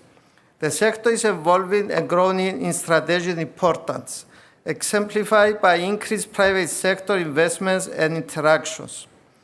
As the 21st century gets further underway, the space economy and the impact of space activities are growing and evolving. In fact, the space economy is one of the fastest growing sectors and eventually will become the first economy that will reach the $1 trillion. Space is considered a vital driver of innovation, growth, and competitiveness, and a key enabler for accelerating the twin digital and green transition and advancing social prosperity. The huge amounts of information provided by Earth observation satellite systems can be used in a variety of areas, and one of these is the disaster risk management in order to improve decision-making in such occasions. Ladies and gentlemen, in this new reality, Cyprus, although small in size, aims to be part of the space revolution, scaling up activities, advancing shared goals, and paving the way of a sustainable and resilient future. Determined to be part of the space development, Cyprus has taken a number of steps at policy, regulatory, and business level. Such steps include the formulation of the National Space Strategy and the development of the relevant national space law to authorize and supervise space activities. We are also working in close collaboration with the Ministry of Defense to explore opportunities arising from the new European Space Strategy for Security and Defense. Enhancing our cooperation with the European Space Agency has been crucial to achieving our goals. In this context, we have increased our subscription to accelerate the capacity build-up of our space ecosystem, and by the same time to synchronize such process with the presidency of the Council of European Union to be held by Cyprus in the first half of 2026. Ladies and gentlemen, aspiring to become a regional telecommunication hub and attracting considerable investments, Cyprus has created a growing satellite network capitalizing on its geostrategic location. Actually, we have 4 satellites in orbit and 2 satellite monitoring Earth stations. We are also working towards the establishment of a satellite optical gateway, critical for connecting Cyprus to the rest of the European quantum communication infrastructure network. In addition, the European Union decided to deploy 2 ground stations in Cyprus for the operation of EU EGNOS system used to improve the performance of global navigation for aviation, maritime, and land-based users. Moreover, one receiving Earth station, part of the search and rescue service, of the EU Galileo system for detecting and locating emergency beacons was deployed in Cyprus. Further to that, we place great emphasis on Earth observation, capitalizing on our climate and geographic location, the national infrastructure and expertise, which allow us to develop innovative space technology services in the field of disaster risk management. To this context, the development of an Earth observation ground station in Cyprus capable to receive real-time data from Copernicus and other satellite constellations is foreseen to fully operate in 2025. The reception of such real-time data will play a crucial role in major disaster events within the whole East Mediterranean Union. Last but not least, Cyprus private companies provide Earth observation data through custom-made platforms to various authorities concerning landslides, land micro-movement, and soil quality in order to minimize the risk for a potential disaster. Ladies and gentlemen, I truly believe that this meeting is a great opportunity to exchange knowledge and expertise and explore opportunities for collaboration so that together we can tackle in the most efficient way such disasters using space technologies and to create a common understanding among national and regional stakeholders of what satellite-based service can bring during the different phases of disaster risk management and to facilitate the use of these services from a national to an international level. As we delve deeper into the space realm, it is imperative that we use all tools at our disposal as well as foster collaboration across disciplines and borders. Space is at the core of our efforts to diversify our economy, build resilience, and create real value for future generations.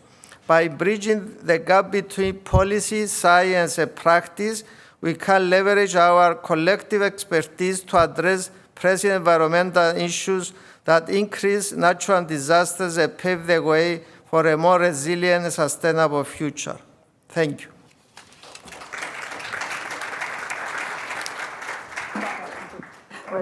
Thank you very much, Yorgos, for that wonderful presentation and your insight into the Cyprus research innovation in the area that you spoke about. It's now my pleasure to introduce Senator Hamilton Mourão, Senator for Brazil, to come to the podium. Please join me in welcoming him to the stage. Senator. Ladies and gentlemen, good morning. As a member of the Brazilian delegation and the first one to address you this morning, we are very proud to be here. We are proud to participate in this meeting that we think that's very important. And for our host country, Australia, Brazil and Australia have a friendship that lasts for the last 70 years. But this is the first time that a delegation from the Brazilian Parliament comes to Australia. So we are very pleased to be in your country. We thank you for the kindness that you are receiving us here during this period. Well, people used to say that we are navigating in a very turbulent seas. Well, in my opinion, our predecessors also had this problem. But we have better tools today to face the challenge and the risks that are all around us, and every country faces these risks. What I can say to you is about Brazil is that, as you know, Brazil is a very large country. It's more than 8.5 million of square kilometers. We have a coastal line of 7,500 kilometers, and we have borders of 17,000 kilometers with 10 different countries. I think many few countries in the world have this kind of border and this kind of large place to take control. Also, it's important to say that Brazil, it's 5 different countries in one, because each of our different regions has different environments. I myself have a large experience with the use of space. First, as a Brazilian Army officer, my eyes were for command, control, communication, information, intelligence, security, surveillance, for military operations, and of course, for the control of all our country. In 2018, I retired from the Brazilian Army and joined politics, first as Brazil's vice president, and now as a senator for my home state, that's Rio Grande do Sul. It's the southernmost state of Brazil. And now I had to face the questions of risk management and disasters. As vice president, was my responsibility the question of the Amazon area. The Amazon area in Brazil comprises 60% of our country. It's almost 5 million of square kilometers. And of these 5 million, 4.2 are the rainforest. So it's not easy to control this. And we have the questions of illegal mining, illegal deforestation, and illegal fires. And only the use of our satellites, the Amazon one, were made possible for us to stop the illegalities that were happening there. It's a fight, a struggle that happens every day, and every Brazilian government has this task. Well, when I ended my term as vice president, I became a senator for my home state. And what happened last year in my home state? 30 days of heavy rain, and we have a huge flood. A flood that affected almost 4 million people. And we could track all what was happening during these days. We could save countless lives, because if we had 4 million people affected, we lost, I think, 170 of the lives that were on those places. And we are rebuilding all this area that was affected because of the solution that we have that come from the space. So I'm here presenting you the experience that I had, and there is no doubt that all countries that have come together, work together, help each other, because we are facing a climate change. There is no way to run from this. And every year, different countries will be affected for this climate change. And with the help of one another, can face all these problems that we are suffering at this very moment. Hamilton, I'm sorry, you have only 2 minutes more.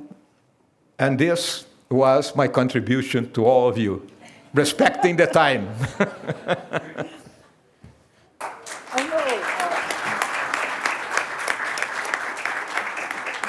Thank you very much, Senator Hamilton, for your inspiring speech, especially how we all have to work together in the face of climate change.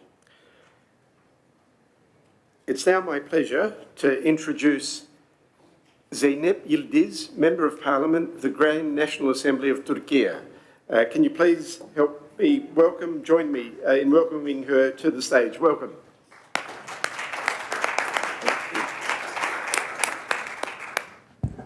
Good morning to everyone, honorable ministers, distinguished members of parliaments and space agencies. First and foremost, I would like to extend my sincere gratitude to Australia for their wonderful hospitality. Once again, I express my thanks to International Astronautical Federation for bringing us together this year to enhance space cooperation at both parliamentary and executive levels in decision-making process. And also, I would like to thank Dominic once more, because we know that the reason why we are here is she. Thank you. Today, I will be sharing good practice example regarding the critical issue of water stress in the fight of climate change and how satellite technologies have been leveraged in Turkey to combat this disaster. I will also illustrate how the findings provided by satellites have shaped our agricultural policies.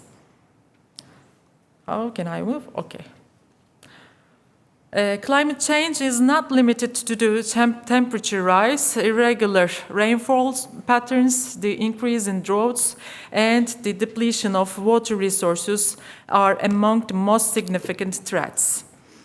Protection indicates, actually I'm not getting into details too much. Okay. The projections indicate by 2100 temperature will rise by 6 degrees Celsius, annual precipitation will decrease and the available water drop by 20%. Considering this reality, it has become imperative to take effective measures to ensure proper use of water resources. And with an average temperature of 50 degrees Celsius, 2024 has been recorded as the hottest year in the last 53 years, both in Turkey and globally. In recent years, there has been an increase in both drought and flood events, making it essential not only to use water efficiently, but also to anticipate risks in advance. Dear colleagues, in Turkey, the government provides various types of support to farmers to maintain agricultural production. Farmers are, of course, free to decide what to plant on their lands. However, considering the climate change, the incentive mechanism have been initiated in the regions experiencing water stress. As presented in the visuals, data received by satellites are processed to determine the amount of water moisture content in the soil. Based on this, a crop planning process is carried out for arable agricultural land. In regions with significant water stress, the ministry recommends planting crops that do not require irrigation. Since irrigated crops generally have higher market values, the government started providing additional support to ensure that farmers' profits are preserved when they planting non-irrigated crops. Thus, crop patterns are being planned with water stress in mind. All of this system has been built using satellite technologies. In addition to the crop pattern, after the satellite-based assessment, prioritization has been given to the support of closed irrigation systems. Therefore, significant progress has been made in utilizing space technologies for the benefit of humanity. And there are some other statistical values. To stick on time, I won't go into details. In order to increase the capacity of our water resources to adapt to climate change and take precautions against drought risk, the Water Efficiency Mobilization Initiative was launched under the auspices of Her Excellency Ms. Emine Erdoğan in 2023. In first step was the publication of Water Efficiency Strategies Document and Action Plan, which serves as a roadmap for the initiative, and institutions responsible for sectoral actions were designated with a timeline for the next 10 years. Sectoral goals have been set within the scope of this document. The actions identified are milestones in achieving these goals. Accordingly, the current water laws in drinking water supply and distribution systems, which stands 31% is targeted to be reduced 25% by the year of 2030. The efficiency of our agriculture irrigation currently at 52% is targeted to reach 65% by using this system. The regulation on the control of water loss in drinking water supply and distribution systems, which came into force in 2014, was revised in 2019. Along with this, technical procedures and related circulars support these goals. Additionally, within the scope of the mobilization, the Municipal Water Solidarity Program has been launched to improve urban water efficiency, increase cooperation on municipal level as well. So far, 62 municipalities have joined this program. In Turkey, a drought forecasting and early warning system and a national flood forecasting and early warning system are being established. By using satellite data, flood, drought, risks forecasts are made and aiming to manage risks rather than crisis. The goal is to expand early warning system to 25 river basins in Turkey. What makes the difference in early warning systems is the timely and reliable access to data from space. Thanks to the space technologies, large-scale and continuous data flow allows the early detection of drought, flood, and other disaster risks. This provides a significant advantage for decision makers to manage risks before they escalate into crisis. And also a project, we also use artificial intelligence as a tool by combining this information received from satellites. A project entitled Detection of Water Quantity and Quality Parameters using artificial intelligence and remote sensing techniques has been launched. The primary objective of this project is to support to determine water surface area in stagnant waters and quality parameters in drinking and utility waters. Pilot studies will be conducted in Sakarya, Kocaeli, and Adana provinces. Through satellite images and artificial intelligence, the change in water quality parameters and quantity will be monitored. Distinguished parliamentarians and participants, water stress and drought in the face of climate change are no longer future reality. They are reality of today. Fighting climate change is linked to protecting water. If we do not take action today, the greatest crisis of tomorrow will be water scarcity, and satellite technologies helps a lot to us. Zeynep, only 2 minutes. Yes, now I'm on the last part. And the most colorful part for me, as you know, by next year we will be hosting 77th International Astronautical Congress in Turkey, in Antalya. So we are really happy to have you in Antalya as well. Once again, I would like to thank Australia for their wonderful hospitality, and we are really excited to have you in Antalya with the motto, the world needs more space.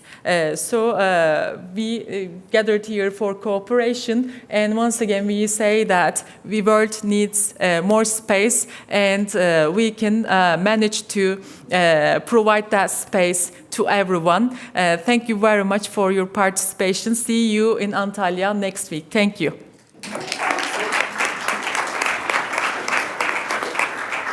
Thank you very much, Zeynep, for your insightful discussion and brief. I'll now hand over to Simonetta Celli, who will coordinate questions and answers from the floor. Thank you, Mr. Chair.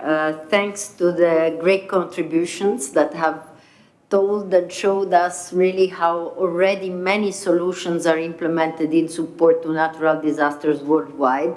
And those solutions and those, I would say, best practices should certainly be shared among the partners here and for a future increased collaboration. So a question I would have for the audience after a second reflection, which you have demonstrated through your talks, that is certainly climate change is very much linked to disaster. We've seen droughts, temperature increase, how they impact on fires. We see also the water needs. We've seen the deforestation in Brazil and how this can impact on many things like landslides. So I think the connection between climate change and disaster was also evident here. But my question to the audience, you're very experienced, I would say, decision makers that already are quite aware of the availability of the tools that we have, but also the potential of the tools. How would you see that we could increase and enhance the international collaboration to make all the space-based solutions and the infrastructure that we have more accessible and more impactful worldwide? I'm sure you have ideas. I've presented you some of the schemes that exist through the UN or the Charter of various collaboration, but certainly coming from you as key decision makers, and enhanced collaboration suggestion would be very strong, appreciated, and I'm sure there's maybe feedback on that point. If there are no question, Simonetta, yesterday I was to the UN workshop, and it was very interesting to hear sides about disaster and risk management. And what I heard is it's quite important. What sides said, well, we have disaster, we have risk, but we have not enough money to build, to buy a small CubeSat, a little satellite, because it's expensive. And I asked to a lady who is in the company, how much cost a little satellite, a small CubeSat? And she said €500,000. So it's expensive. And I asked, that was, I don't know which country it was, but it said, well, for us, it's not possible to buy such a satellite. So can you answer for this, for the emerging countries or sides? Thank you, Dominique. It's a very important point. Maybe one thing to be said is that today some of the mechanisms which are already in place and exist are benefiting also countries which are not necessarily investing in the space assets. And this is, for example, the mechanism of having activating authorized users through the UN or through the emerging civil protection agency in non-member states of the Charter, be able to do that. I also think of Australia, with whom we've been working on disasters. I mean, it was really well presented by your colleague here today from Tasmania. Geoscience Australia has been authorized to activate the International Charter on Disasters since quite a few years. You don't have necessarily a contribution in terms of infrastructure today, but you're actively benefiting from that international scheme. This is the same also for many countries in Africa or in the Middle East. And today, I think what is relevant is, first of all, to have available data sets, but also to have available expertise and capacity to elaborate those data sets according to the specific needs of the region or the country that you need to cover. So what I like to say is that today already a lot of countries which are not necessarily capable to invest in the initial space infrastructure, either can buy a specific data set, either they can benefit through the existing mechanisms. Another way beyond the Charter is, of course, through the UN collaborations. I mentioned UNITAR, I mentioned the Unispace, but I think what is more and more important today is to have those knowledgeable in terms of organizing the decision-making process at home, being able to capitalize on what is available in terms of data, what is available in terms of processes to activate the existing mechanism, and also have somehow fora like this one, but not only, where you can have a benchmarking of what are the best capabilities. I saw the Uzbekistan colleague minister here showing really a lot of the thematics on which we've been working in Europe for decades, the thematic on interferometry, the thematic on infrastructure monitoring, the thematic of, for the heritage sites like Samarkanda. I think we need to have a way to somehow share more and more the available tools, the available methodologies, and the available expertise. And I think fora like this one of IAC is certainly an instrumental one, and I think we should promote such type of collaboration wider also to those who are not necessarily key space players today, but who can be enormously beneficiary of the space tools and solutions which are available.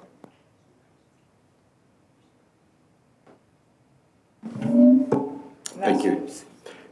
On this point, I'd also like you, if you could all welcome His Excellency Al Falasi, Minister of Sport of United Arab, Ms. Sports, Chairman of UAE. Chairman of the Emirates UAE Agency. His Excellency. Thank you, I'm aware we're a bit over time, so I'm not going to keep this too long. I'm just referring to the point that was made earlier by Sumaneta around the use of space technology. Maybe I can bring an angle from the Middle East. So for the Middle East, when I mention that name, two things come to mind. One is the hot climate, and the second part is the tense geopolitical situation. So when it comes to space technology, there is always a compelling case for defense and security, so many countries invest in that. However, given the fact that we have less of natural disasters, the business case for disaster recovery and climate change was a bit less. I'm very happy to say that has changed over the past recent years. We have invested a lot in space technology, and there were some situations, unfortunately, where we had natural disasters within the region, but that gave us the opportunity to showcase the importance of investing in space technology. We all heard from the Member of Parliament in Turkey, and we understand that through our membership in the International Charter, which was mentioned several times, for space and major disasters, we were able to use our active imagery to assist with the rescue teams over there. The same year, 2023, unfortunately, a similar event happened as well in Morocco, where we were also able to participate through the Charter with our imagery to help with the speedy rescue of people who were affected. Fast forward 1 year later, even though we don't have a lot of natural disasters, we had a one-off event in the UAE, which happens every 100 years. So we had the rainfall of a whole year happening in 48 hours. And the whole country was affected. Dubai predominantly was affected heavily. The airport was shut down. And again, we were able to use our imagery to quickly recover from that. So for us, again, it was a lesson where we were using our technologies to help countries in the region, and then we use it as well internally. That's when it comes to disaster recovery. We also looked into climate change. We have hosted the COP28, and in COP29 as well, we have shared our data when it comes to snow decline. And later on, we also moved into the agricultural part. As I mentioned, we have a very hot and dry climate. We're using our technology to monitor 4,000 farms in the UAE in a program called Nabat. Nabat means plantation. So in summary, I don't want to keep it too long, but there was a smooth transition from using space technology predominantly for defense and security to disaster and recovery, and now to climate change and agriculture. And to answer the question, I think to encourage countries to use it, we found out that sharing information is critically important. So some countries may not have the means to develop their own satellites, but again, sharing it with them in an open platform will help them understand and utilize it, and then that will help the parliament members and ministers to convince their governments to invest in their own space technology. Again, happy to be here. Thank you for hosting us, and I wish everybody a pleasant time. Thank you. Thank you very much, Your Excellency. On this day, it's my pleasure to introduce Salim Al-Gubasi, Director General of the UAE Space Agency. Please make him feel welcome to the podium.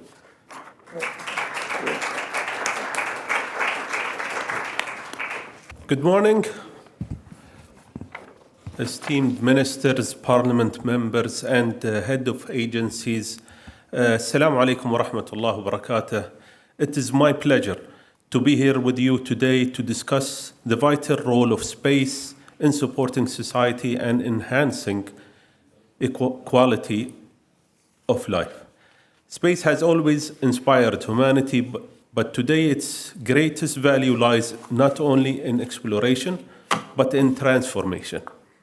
Transformation of how governments design policies, how societies address challenges, and how nations secure sustainable futures. When we look at traffic congestions, urban growth, and scarcity of water, climate risk, our public health pressures, one truth emerges. These challenges are interconnected, and they demand smarter, faster, more adaptive governance. Space solutions such as Earth observation, navigation satellites, and global connectivity provide precisely that foundation that are no longer nice to have. They are strategic infrastructure for the 21st century. From space, we gain clarity to guide our cities, making transport systems more efficient and urban planning more resilient. We safeguard resources, ensuring clean air, safe water, and sustainable energy. We enhance security, supporting healthcare systems, emergency responses, and resilience in times of crisis. These are not abstract benefits. They are tangible improvements to the quality of life of our citizens. The UAE has positioned space applications as a tool for social benefit. National space initiatives are already demonstrating how space-derived knowledge can serve society in practical ways. One of our main initiatives is the Space Data Center, a platform designed to bring together Earth observation data and make it accessible across sectors by providing government entities, researchers, and startups with trusted information. It ensures that space data is actively used to inform policy and innovation. Complementing this, the Space Analytical Solution Program focuses on transforming data into commercially viable application to solve local and international challenges in areas of climate change, food security, and other challenges. As outcomes of this program, applications such as loss and damage, Atlas for climate resilience, and National Agriculture Baseline was enable early detection of crop stress, directly contribute to food security and efficient resources use. These initiatives highlight how space technology can be translated into solutions that address day-to-day challenges. The Geospatial Analytical Platform, GIQ, further strengthens this ecosystem by interesting high-resolution imagery with advanced modeling and simulation tools. Its role is to provide decision makers with a shared and reliable understanding of land, infrastructure, and environment dynamics, supporting smarter urban development, climate resilience, and national preparedness. Together, these initiatives reflect how the UAE is aligning space capabilities with social needs, creating a framework where data, analytics, and intelligence coverage to enhance public services and long-term sustainability. With this foundation, I would thank you for your listening. Thank you very much.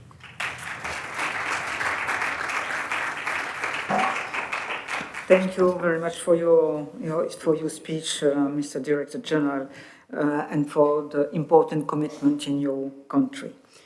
I will give the floor to the next speaker, Stefan Downson, Minister for Regional Development, Sports, Science and Innovation, Medical Research, Kimberley, Government of Western Australia. Bonjour tout le monde, willkommen, bom vingo, marhaba. Welcome everybody. It is my pleasure to, thank you. My pleasure to join you this morning. I too would like to acknowledge the traditional owners of the land in which we are gathered, the Gadigal people of the Eora Nation, and pay my respects to their elders past, present and emerging. And can I extend that welcome to all First Nations people who are here today. Aboriginal people have been on this land for over 60,000 years, and so they have been amongst the world's first astronomers, and they have played a key role in science and innovation in Australia, and it's important that we acknowledge them today. As the Minister for Western Australia's growing space sector, I'm very excited by the potential for collaboration, but also technology transfer between space and terrestrial industries to advance socio-economic development and to support the realisation of the UN Sustainable Goals. And I want to acknowledge and thank the IAF for bringing us together today, and Dominique for your leadership in that regard.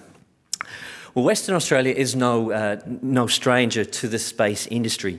We are a jurisdiction that's actively involved in a different and diverse range of space activities. For more than 60 years, ground stations in Western Australia have supported international space missions, from NASA's early Mercury and Apollo programs to today's IM-1 and IM-2 missions with Intuitive Machines.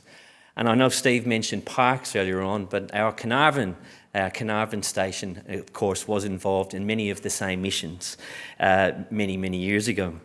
Today, Western Australia hosts significant space infrastructure, and it's home to more than 130 Australian and international organisations operating space and space-related activities.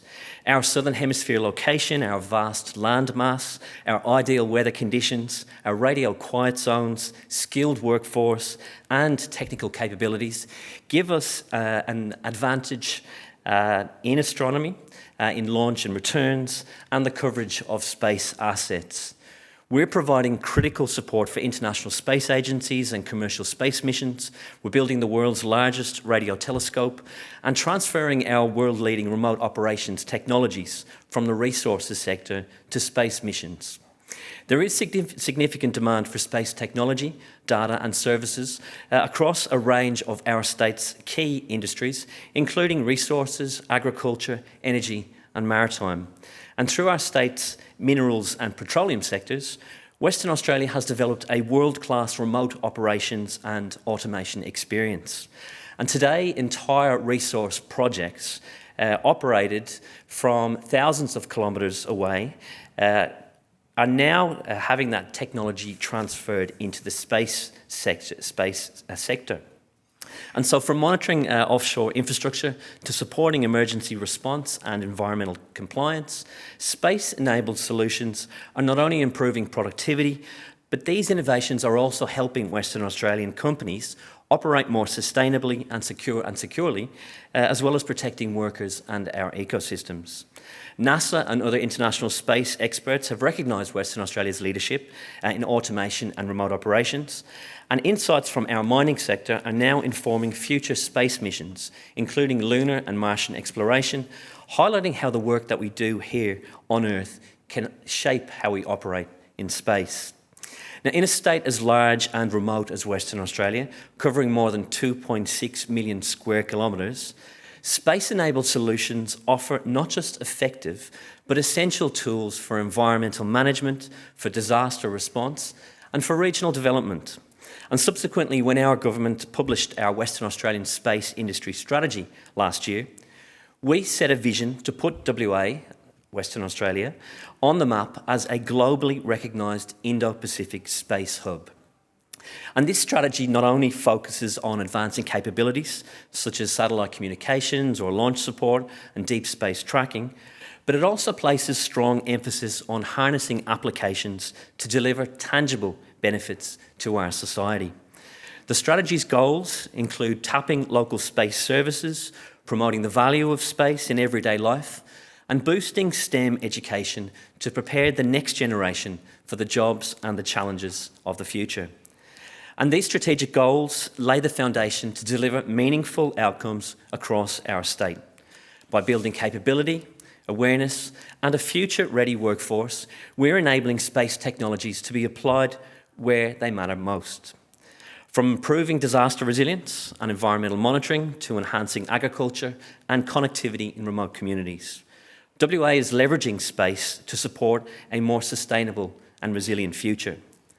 In a state that is defined by vast distances and by climate extremes, space technology, data and services offer critical tools for sustainable development and community well-being in Western Australia. Our Country Health Services Remote Operations Centre, our command centre, is a powerful example. Operating 24/7, it monitors patients across vast and remote regions, supporting local clinicians with real-time data, with telehealth consultations and virtual ward rounds. This model reduces the need for long-distance transfers, improves health outcomes and ensures timely care, especially for Western Australians in remote communities requiring critical care and specialist consultation. It's a clear demonstration of how space-enabled technologies and data infrastructure can support our society. It bridges geographic divides and it strengthens our essential services. The Pastures from Space mapping service is a powerful Western Australian example of space technology delivering tangible benefits to our society. Developed in Western Australia by our state government's Agriculture Department and our Land Information Service, Landgate, this online mapping service uses satellite data to help farmers monitor pasture and pasture growth, optimises grazing, it reduces environmental impact and it improves productivity. And when it was launched in 2000, Pastures from Space was a world first. It translates complex remote sensing into accessible, actionable insights, supporting sustainable agriculture and climate resilience. And at the time, it marked a major leap in how space-based insights could support agriculture. The platform continues to be refreshed with modern satellite and data processing capabilities to ensure that it does remain relevant and accessible to landowners.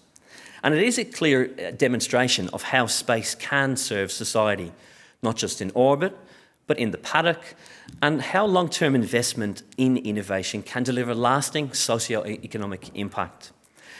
WA is home to a dry, hot and drought-prone climate, and bushfire risk is a constant threat to communities, to industries and our ecosystems. And so we've developed Firewatch and My Firewatch services, and that helps us demonstrate how space-based technology can directly support public safety and resilience. These platforms use satellite data to deliver near real-time fire monitoring, helps our emergency services, our landholders and the public track fire and fire activity across vast landscape. Now, initially only covering Western Australia, due to the success of the service, My Firewatch has been expanded and totally offers free, accessible bushfire information to all Australians. This is space in service of society, helping protect lives, livelihoods and land through timely, data-driven decision-making. It's a powerful example of how space capabilities can be harnessed to meet local challenges and to deliver global impact. As Western Australia continues to establish itself as an Indo-Pacific hub for space, we look forward to deepening our relationships with our international counterparts. And whether it's through the construction of the space infrastructure that we have, through data sharing, industry and academic collaboration, or indeed future space exploration missions. Can I say, I hope you all have a great week in Sydney for the Congress. Particularly, I hope our international visitors enjoy their time in Australia. We hope to see you out west sometime. And I invite you all to stop by the Western Australian stand this week. It's a great opportunity to speak with me or the many companies or the team from government who are here to talk about our space ecosystem, to explore collaboration opportunities, or simply discover what makes Western Australia such a unique and welcoming place to visit. Thank you very much. Enjoy. Thank you, Stefan, and thank you for your statement and the great action you are taking here in Australia for space. Thank you very much. So our next speaker is Trish White, former Minister for Science, Transport, Urban Development and Planning, South Australia.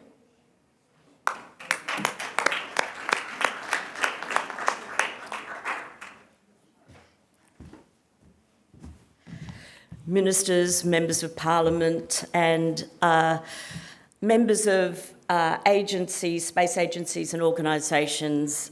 It's great to be with you. Space is for me both a professional and personal story. Before I entered Parliament, I worked as an engineer, a telecommunications engineer, and in the space industry in a lot of ways. Of course, at that time, we didn't have an Australian space agency. Our agency is fairly young, a start-up, you might say, in some respects. But like in a lot of startups, there is a lot of capability that goes into the making of them, 30 years in the making perhaps. And I'm going to talk to you today about South Australia's journey and its focus in the space sector. So, to begin, South Australia has a very large, about 450 kilometres north of Adelaide, the capital of South Australia. We have a place called Woomera. It's a very large, long range for launch. And way back in just post-war, 1947, we established that range, and that had the opportunity, that was used internationally for launches and flight tests. Steve Georgianis mentioned earlier that Australia played some part in the moon landing, and of course it did. At that time, Australia also launched its first Australian satellite from that Woomera range. But if you can see the dates on my presentation here, it was quite some time from then up until 2017 that the next really key thing that happened in the development of our space industry occurred, and that was actually the IAC that was held in Adelaide, because for that we were able to convince our government that we needed a space agency, and the establishment of that was announced at that conference, at that Congress, so that was really good news for our country. Prior to that, people had said, you're too young, you're too late to the party, you won't catch up. And so Australia really had to work out how were we going to establish an agency, what were we going to do with it. And of course, we didn't have a space industry at that time. So one of the things that we did, and the launch the following year in 2018, our Australian Space Agency was launched, and it is housed in South Australia, was we had to generate an industry. And the SmartSat CRC was born. A CRC, a Cooperative Research Centre, for those that don't know, is a long-term program of the federal government here in Australia, which brings together industry, research and government to cooperate and collaborate for innovation translation into industry. So that's what we did then. And an amazing thing happened. Space used to be in Australia about aeronautics and communications. Today, it's about all the industries that we talked about earlier. It's brought together disciplines that never used to talk to each other. And in South Australia, it's generated a lot of small start-up space organisations. And the final point there is the Kanyini satellite, which is a government-funded, South Australian government satellite that was launched last year. And that's our first. So, the prime place for space.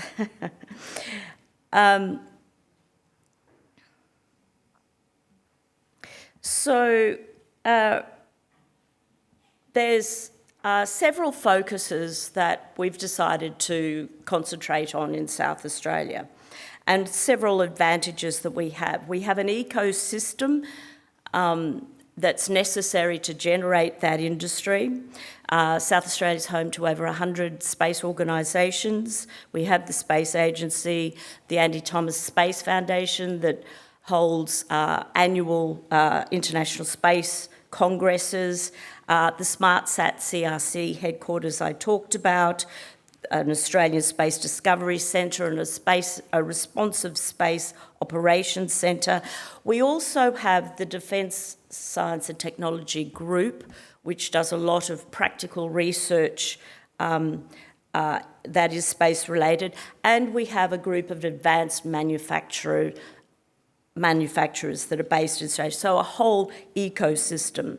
We have a particular geography, a small population, vast areas that are unpopulated, very good for launch and very good for space returns. Obviously, space returns over water are far more expensive than if you can return to land. We have an excellent view of space in a southerly direction, and that low-density landscape also provides some new business opportunities for remote locations outside of our country. We also have a section of our government that is devoted to space, and that leads the state space industry development efforts, coordination, and it provides a responsive support that drives some of the strategic growth of the sector. The government's committed $33 million over 4 years to that activity, and it provides a stabilising effect on the industry, as well as help develop that long-term capability. The research is world-class. We've got the research in our universities and our DST group underpinning all of that. And people. We have, as I say, more than 1,500 people working in the space industry in South Australia and a highly skilled workforce as well. Oops. Just need to go back there.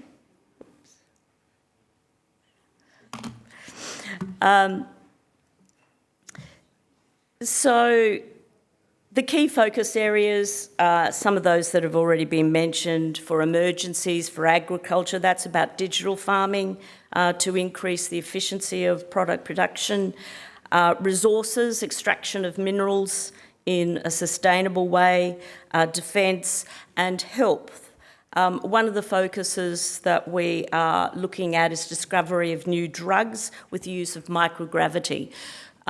We can very significantly reduce the amount of time for discovery by a factor of about 10 through some of the work that we are looking at. And underpinning all of that development is unlocking the benefits based on 3 capability areas: small satellites and its applications, development of to provide services and benefits for emergencies, resources and the like. Launch is the other capability, and also that space returns and microgravity. And just finally, to finish off, I'm involved in a number of space companies, and one of the companies I'm involved in is Hypersonics Launch Systems. It's not a South Australian, it's an Australian company, not a South Australian company. It's based in Brisbane in Queensland, and we're developing hypersonic aircraft for various missions. It is based on 100% hydrogen-fuelled sustainable scramjet engined vehicles that can travel up to Mach 10, which is 10 times the speed of light.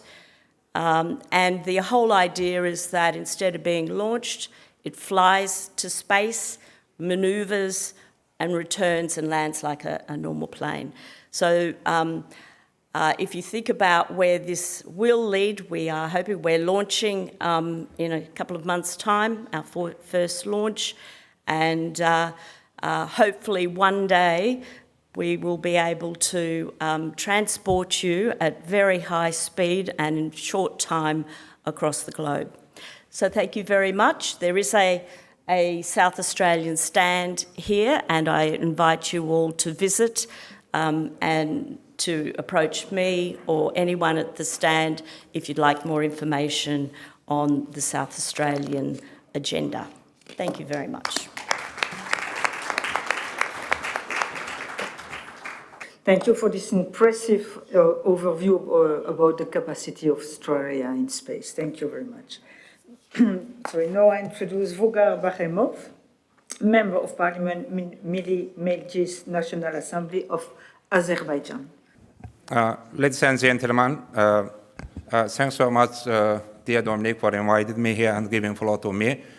Before starting my presentation, I just would like to share one good news from my region. Azerbaijan and Armenia finally signed Peace Act in Washington, D.C. in August 2025.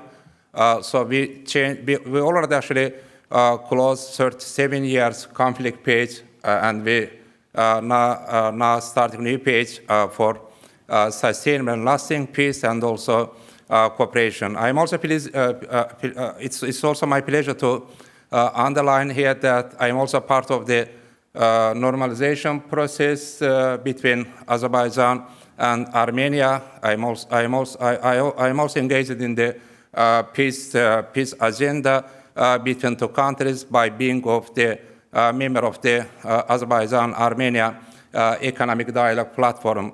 Since actually we are going to meet to have next meeting in Brussels next week to discuss economic cooperation between Azerbaijan and Armenia, and hopefully we will be able to start an economic and trade cooperation between two countries, and also reopen communication between two countries. So space is not only security, but also for securing lasting and sustainable peace in our region. Coming back to my presentation, I would like to mention here that in Azerbaijan, we have nation's space strategy for 2030. The first target of the strategy is the ensuring and also promoting sustainability of existing satellite service in Azerbaijan by promoting and also increasing capacity and quality of satellite service in the country. And also the second target is the supporting economic diversification and also economic reforms in Azerbaijan, since Azerbaijan is oil and gas producer and exporter country, and it's very important to increase the role of the space in diversifying economy by decreasing dependence of oil and also increasing share of the non-oil. And of course, providing security of the country, and at the same time also securing the lasting peace in the region. Of course, security is one of the key challenges in our region, since we have border with Russia, which is at the same time Azerbaijan is between Russia and Iran, and then security is one of the key priorities for the country. And of course, human development and supporting scientific research in space and development of human capital is the other target of the national strategy in Azerbaijan.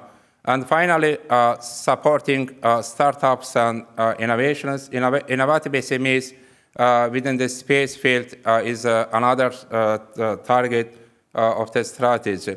As many of you remember, 2 years ago, the WMOP meeting was in Baku, which was organized by the Parliament of Azerbaijan.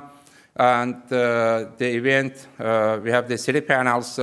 I'm not going to detail because it was 2 years ago, but this was a very successful meeting in Baku in Azerbaijan.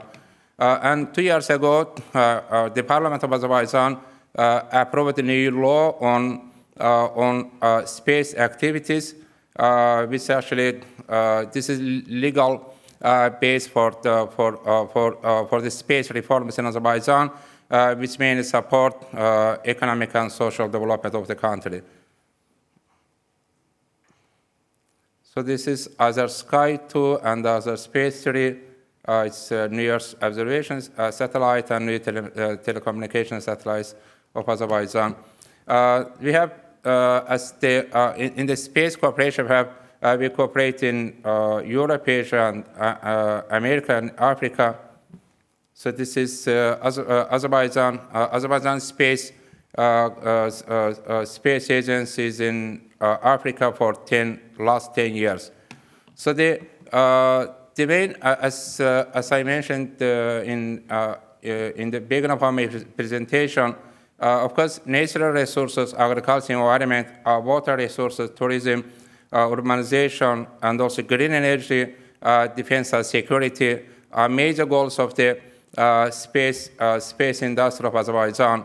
Agriculture is, since I mentioned here, the diversification economy is one of the top priorities in my country. Agriculture is very important. Environment and also promoting environment, since Azerbaijan hosted COP29 last year. So environment and also promoting environment is one of the key priorities for country. And of course, green energy. Azerbaijan invests last couple of years. Actually, we invest more than $1 billion USD for the green energy, and Azerbaijan is going to export green energy to European market through Georgia, most probably through Armenia, because there is now is the one of the major negotiations between Azerbaijan and Armenia to reopen communications and also reopen borders between 2 countries, and which is called TRIP, Trump Road for Peace, or Zangezur corridor, which actually will allow also to export green energy through Armenia to Turkey and also to Europe. And the Space Academy of Azar Cosmos is the important for human development in Azerbaijan, which mainly focuses on the development of national space ecosystem and public awareness, because the public awareness is very important in my country in order to reach more community, reach more people, to explain more about the space and also advantage of space, and also, of course, the international relations, which is the increasing cooperation with the international organization, and also engage more states in the space cooperation, which is conducted by Azar Cosmos, which is the space agency of Azerbaijan. This is all from my side. Once again, thanks so much for inviting me here. It's really my pleasure to be here. Thank you.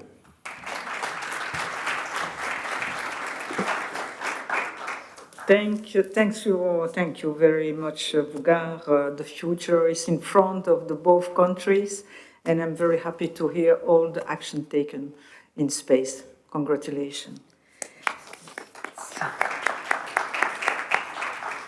So the next speaker is Claude Reynal, Senator for Haute-Garonne, Sénat, France. Claude, the floor is yours. Dear ministers and members of parliament, colleagues, as we are discussing how space comes in support of our societies.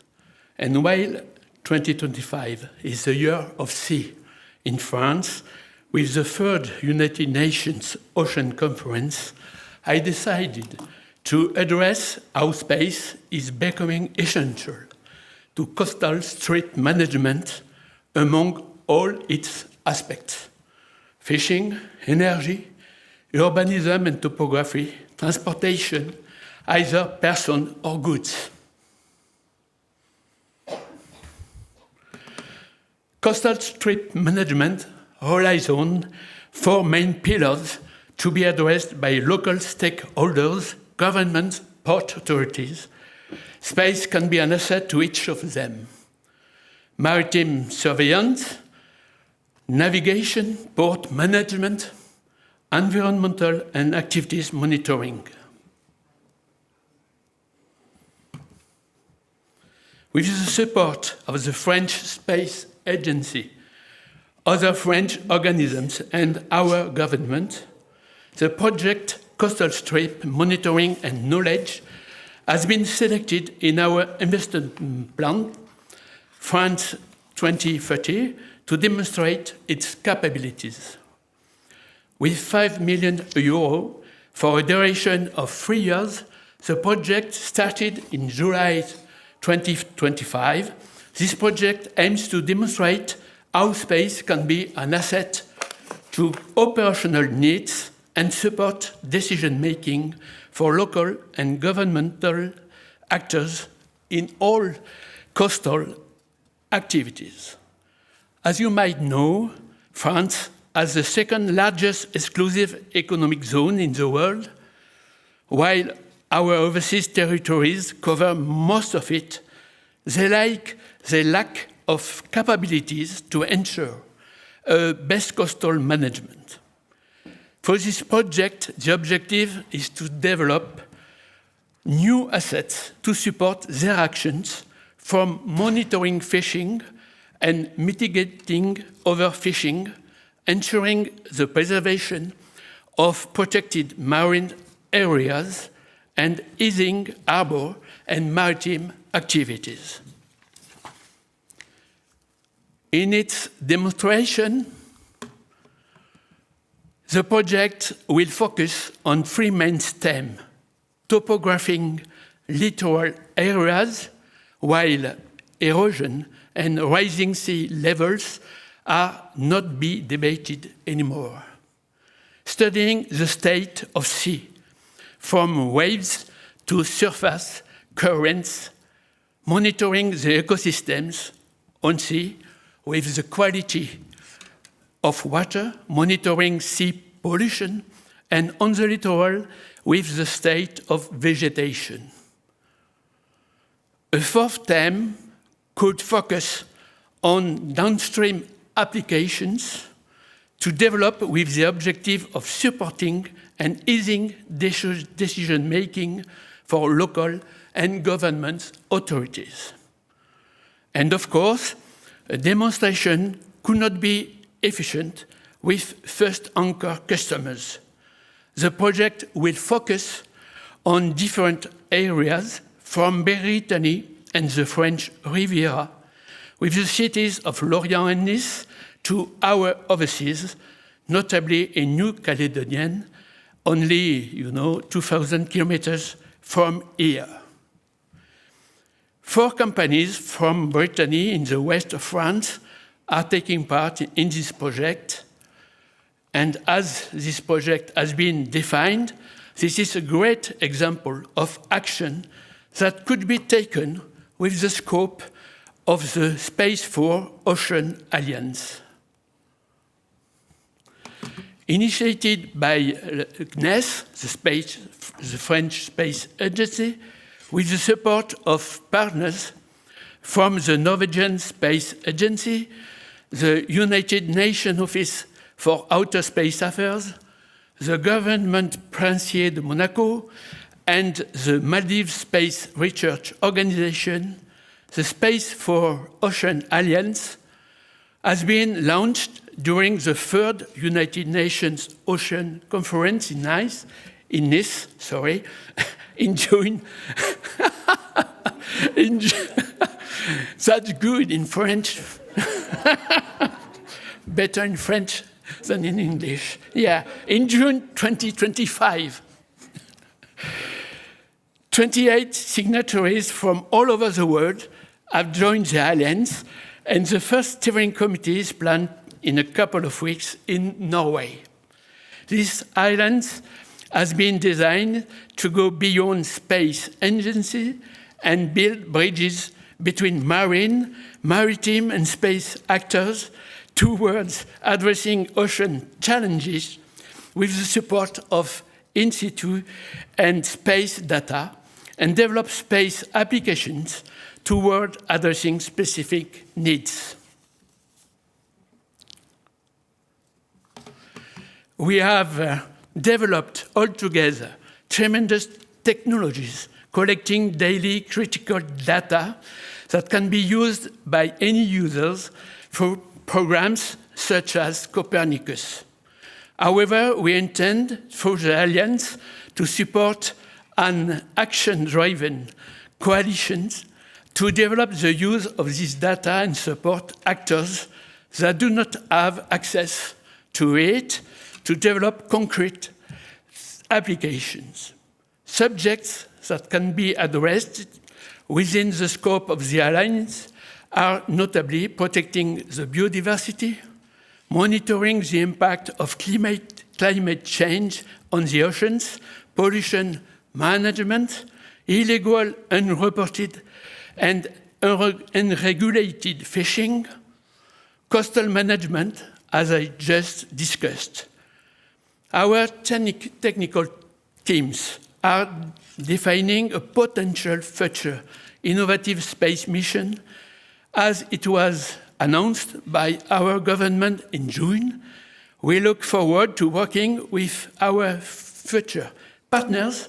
A technical meeting is planned later this week. You have only 2 minutes.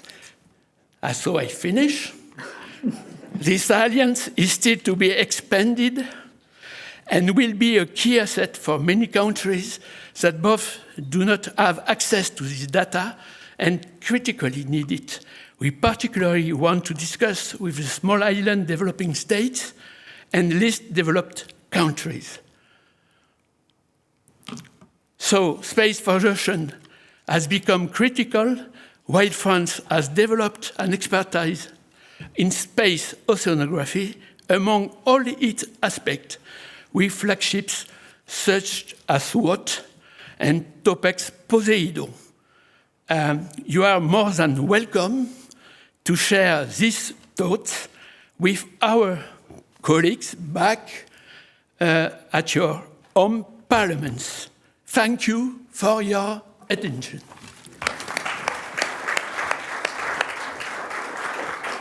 Sorry to interrupt you, but well, it's my job. So thank you for the statement and for informing us about all the action taken by France to support cities. Thank you very much.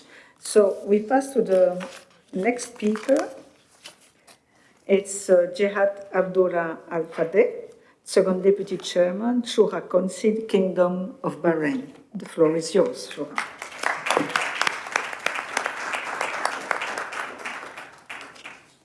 Your Excellencies, distinguished guests, ladies and gentlemen, it is a great honor to address this international forum convened under the theme Space, the indispensable ally for decision makers. This gathering provides a valuable opportunity to exchange perspectives, strengthening cooperation, and highlight the vital role of space in shaping the future of development and public policy. When we speak of space today, we speak not only of science and technology, but of strategy, development, and humanity. Space technologies and remote sensing now offer practical solutions to pressing challenges managing natural resources, improving public services, and advancing the Sustainable Development Goals. By transforming satellite data into accurate and reliable information, space enables governments to design effective policies and deliver efficient services. It helps us monitor environmental changes, manage natural disasters, enhance urban planning, protect water resources, and safeguard climate and air quality. Therefore, and from the very beginning, the Parliament of the Kingdom of Bahrain has played a vital role in supporting the national space agenda. Guided by the vision of His Majesty King Hamad bin Isa Al Khalifa and under the leadership of His Royal Highness Prince Salman bin Hamad Al Khalifa, Crown Prince and Prime Minister, the Parliament has worked hand in hand with the government to ensure that the space sector is given the attention, resources, and oversight it requires. Although Bahrain does not yet have a dedicated space law, the Parliament has been instrumental in endorsing budgets that fund national space projects, overseeing the efficient use of public resources, encouraging partnerships with universities, research centers, and international agencies, and promoting public awareness of the benefits of space technologies. This shows how the Parliament has acted not only as a legislative authority, but also as a partner in ensuring that space becomes a tool for sustainable development and improved public services. Ladies and gentlemen, thanks to this support, Bahrain has made remarkable progress over the past decade.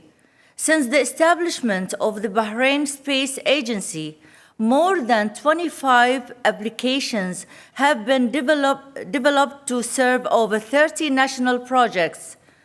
These efforts have benefited citizens directly and advanced the goals of sustainable development.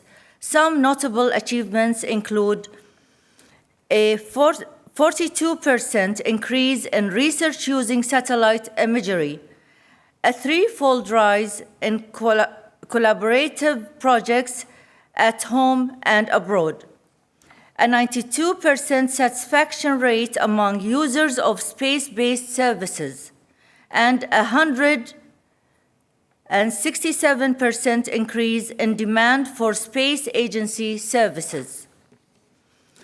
Also, practical applications, which include national afforestation programs that increased green cover by 16% between 2021 and 2024, monitoring of heat islands in urban areas, tracking water quality to reduce health risks, and assessing the impacts of sea level rise to guide urban planning.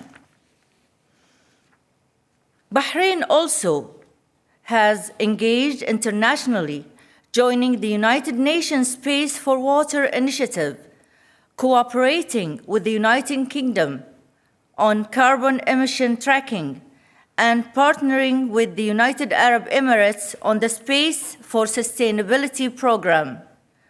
These partnerships underline Bahrain's belief that space is a shared responsibility and a shared opportunity. In closing, what Bahrain has achieved in 10 years is only the beginning. Technology will continue to advance, and challenges will continue to grow.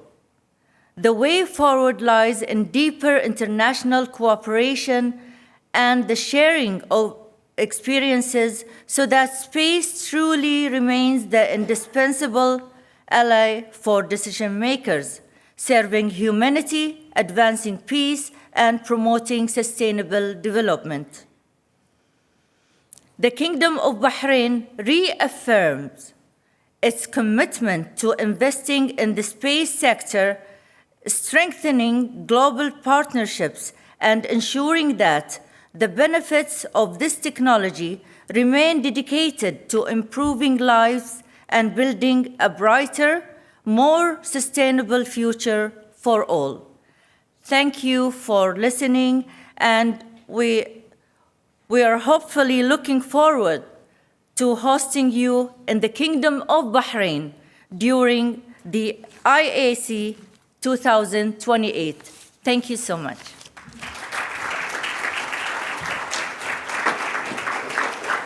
Thank you, Jia. I remember we were in August 2024, we were in Bahrain for the IAF Space Game for Diplomacy and Economic Development.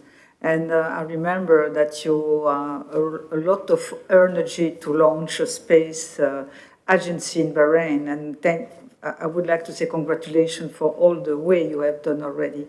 And you have really the spirit to be a great nation in space. Congratulations.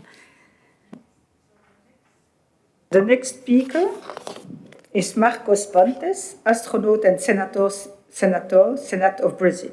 While you are an astronaut and senator. I'm senator, but not astronaut. A pity.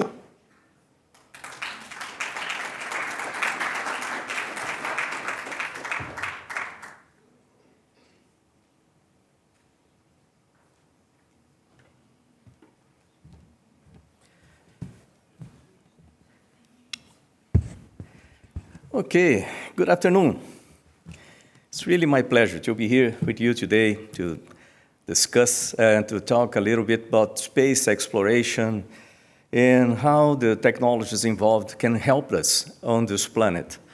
And we have many things that we can do together. Space exploration has been more and more important for our lives. Day by day, we discover new things that we can do with space technology, space applications, and we need to take advantage of this for our planet here.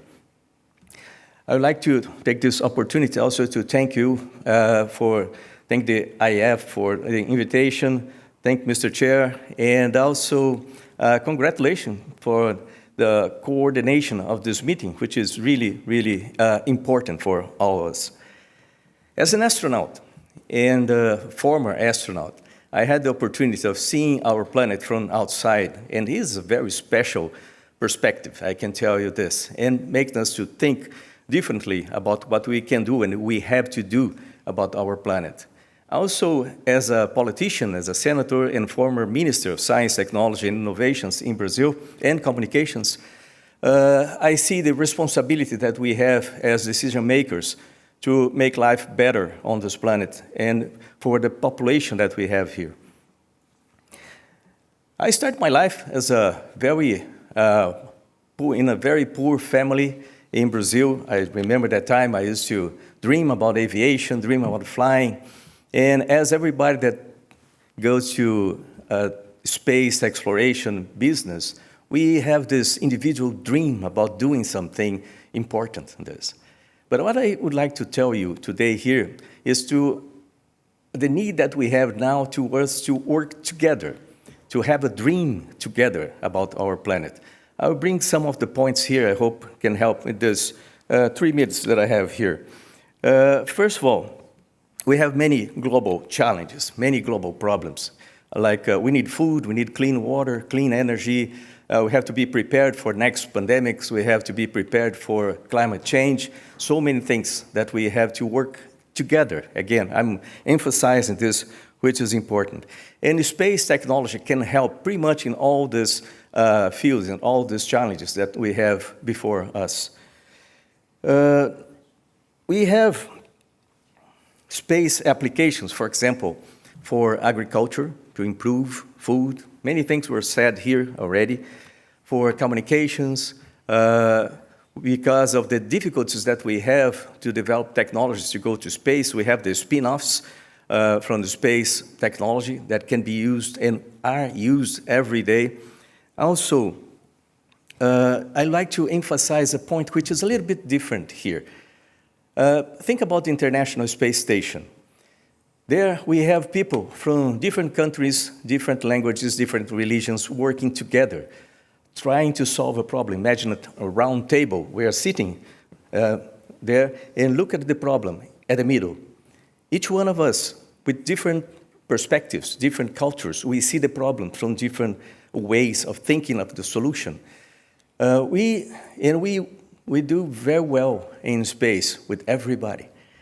That would be good if we could do this on our planet, right? If we could get everybody together and use the differences, not to separate, but to find better solutions. And this is the opportunity I see here with people from different countries working together towards a goal to make better life in space, from space technology. Also, think about the conflicts. How could we help with this to reduce the conflicts? And when I say this, it's a question of a decision, pretty much a decision that we have to make. Why is this? I remember President Kennedy back there 63 years ago in Houston, Texas. I believe it was September 12th, 1962. And when he said, we choose to go to the moon. We choose to go to the moon and all other things. I think today we should say, we choose to save Earth, our beautiful spacecraft, Earth. We choose to save our planet. And we have to do this together, not because it's easy, but because it's hard. And because of this, we need everybody working together. When I see a conference like this, I see a beautiful and wonderful opportunity of saying this and bringing everyone to work together. We have the technology. We have the knowledge. We have the dream together. How about working together? Let's make this planet different. And this is a question of decision. We need us, decision makers, to make that decision, to have the attitude to change. And that's possible. And that's what I would like to see as a result from this meeting and other meetings that we can do together. So thank you very much. Still have 20 seconds. Thank you. Have a great day.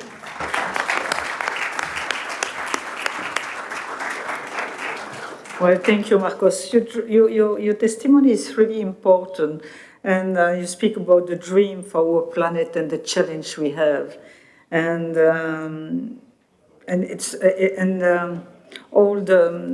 we have also to have this dream to make our planet more sustainability and to have a better world. So thank you very much for your statement. Next speaker is Oslaya Ferenc, Ministerial Commissioner for Space, Research MP, Minister for Foreign Affairs and Trade, Hungary.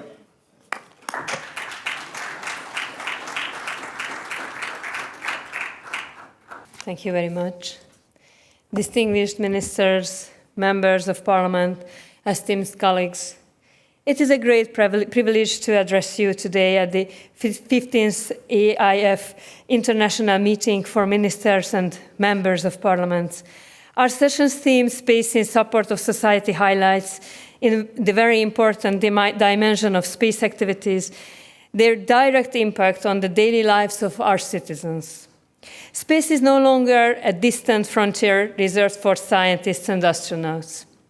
It has become an indispensable part of the modern society. Satellite systems monitor our planes, ships, and cars. They provide early warnings of natural disasters. They allow farmers to monitor vegetation and optimize water use. They underpin emergency response, urban planning, and healthcare. Whether in traffic management, clean energy, or air quality monitoring, space technology is critical infrastructure that supports our way of life.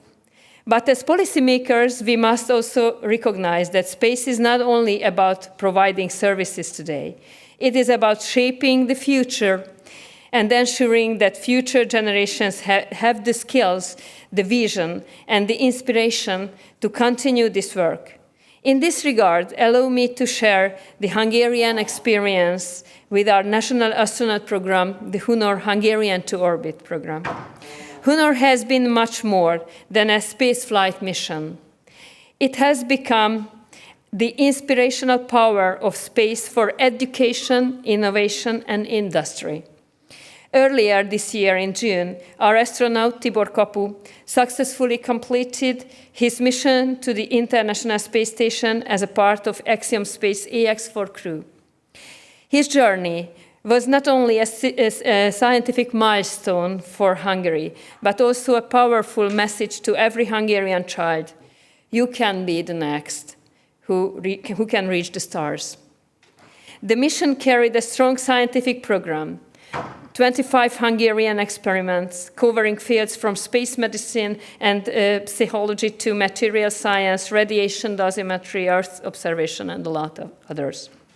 These investigations are now yielding results that will strengthen both our academic knowledge base and the competitiveness of our innovative industries.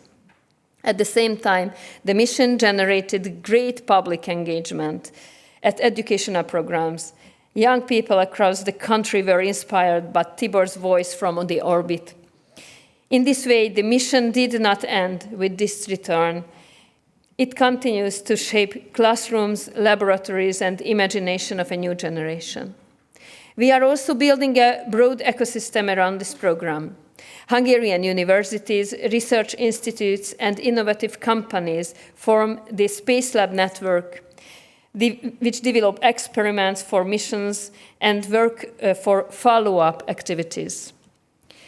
Through these efforts, students are gaining hands-on experience in robotics, life sciences, medicine, material technologies, and artificial intelligence. For many young people, Honor has already become the first real impression for cutting-edge science and international cooperation. By connecting space research with classrooms, laboratories, and startups, we are creating a bridge between education and innovation. This is how space supports society in its deepest sense. By investing in human capital, nurturing creativity, and empowering the next generation to solve the grand challenges of our time, climate change, energy security, public health, or digital transformation. Hungary also sees the Honor programs as a part of a larger European and global story. Space is a field where all the nations can make meaningful contributions, especially if we focus on excellence, specialization, and cooperation. Through European Space Agency, through the EU's space program, and through international partnerships, we ensure that our national efforts are embedded in a global framework. Dear colleagues, supporting society through space means more than providing technical solutions. It means creating hope, vision, and unity. When children see an astronaut from their country in orbit, they understand that science is not an abstract word, that space is not distant, and their own dreams can be real. This is perhaps the most powerful way space can serve society, by inspiring people to believe in progress, cooperation, and the shared future. As we deliberate today, let us keep in mind that every policy decision we make has a social dimension. The satellites we fund, the programs we launch, and the missions we support are not only about data and technology, they are about people. They are about creating safer, healthier, and more sustainable societies. Hungary remains committed to this vision, to use space as a tool of service, of inspiration, and of cooperation. We stand ready to work with all of you to ensure that the benefits of space continue to enrich our citizens, our economies, and above all, our next generation. Thank you very much.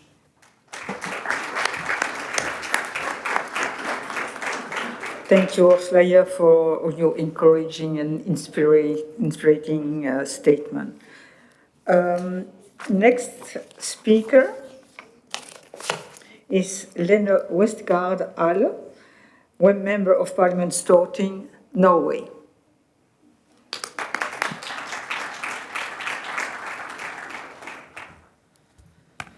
Dear ministers, dear members of parliament, distinguished colleagues, it's both an honour and a delight to be here in Sydney, and it's about as far away from Norway as you can get, I think. But just to give you a taste of the Arctic and what it feels like living in Norway, we turned down the air condition today, so that you know what it feels like for us, freezing. It's getting better now, though. For us living up north, space is not an abstraction. It's an ally, it's a guardian, and it's a resource that's essential for our safety, our environment, and our sovereignty.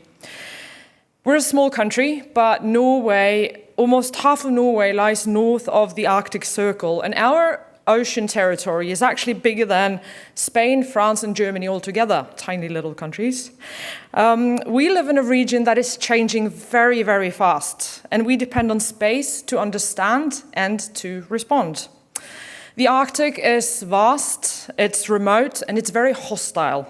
On its own, it's very difficult to observe and to govern, but combined with satellite systems, it becomes a domain that we can monitor and we can protect. At the moment, the melting sea ice is opening new shipping routes, as I'm sure a lot of you know. Those ships, they rely on satellites to have a broadband, to have navigation, and to be safe. To serve them, Norway has launched 2 high elliptical satellites last year. Our spaceport, Andøya, as it's called in English, or Andøya, as we say in Norwegian, is perched far, far north, just north of the Arctic Circle. It's one of Europe's first commercial launch sites for polar orbit, and earlier this year, ISA Aerospace carried out its first test launch. It went so-so, but I've learned that's the way it's supposed to go. And then there is Svalbard, beautiful, beautiful Svalbard. It's a group of islands. I don't know how many of you have been there or even know it exists, but it's about 600 miles from the North Pole, so it's very far north. It's a place of stark beauty. It has polar bears, it has northern lights, and it's got the world's best positioned ground station. It means that we have over 170 antennas, and it tracks every polar orbit daily. Together with the Troll station in Antarctica, so Arctic, Antarctic, Norway ensures satellites that they are connected every 15 minutes. So the poles are not just cold, they are connected by Norway. So a small country, big issues. So why does this matter to all of you? Well, what happens in the Arctic doesn't stay in the Arctic. Temperatures are rising 4 times higher in the Arctic than the global average. The Greenland ice sheet is melting. Greenland, the place that everyone knows about now. It's contributing to sea level rise, even here, especially here. That means refugees, that means people losing their homes, and it means people running in countries that actually has no war because of the climate change.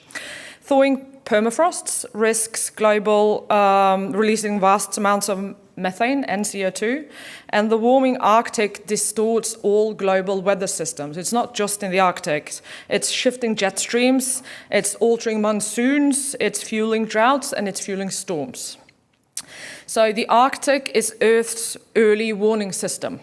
Satellites are the instruments that let us hear those warning signals. If we ignore them, we ignore the planet's alarm bells. But space is not only about climate, it's also about security. The war in Ukraine is reshaping Europe's security architecture. Russia's brutal and unacceptable aggression, its violation of sovereignty and threat to civilians, forces all democracies to confront unpredictability. From my perspective, the calculus has shifted. Things are different now. Russia is more centralized, less predictable, more aggressive towards its neighbors. We are one of those neighbors.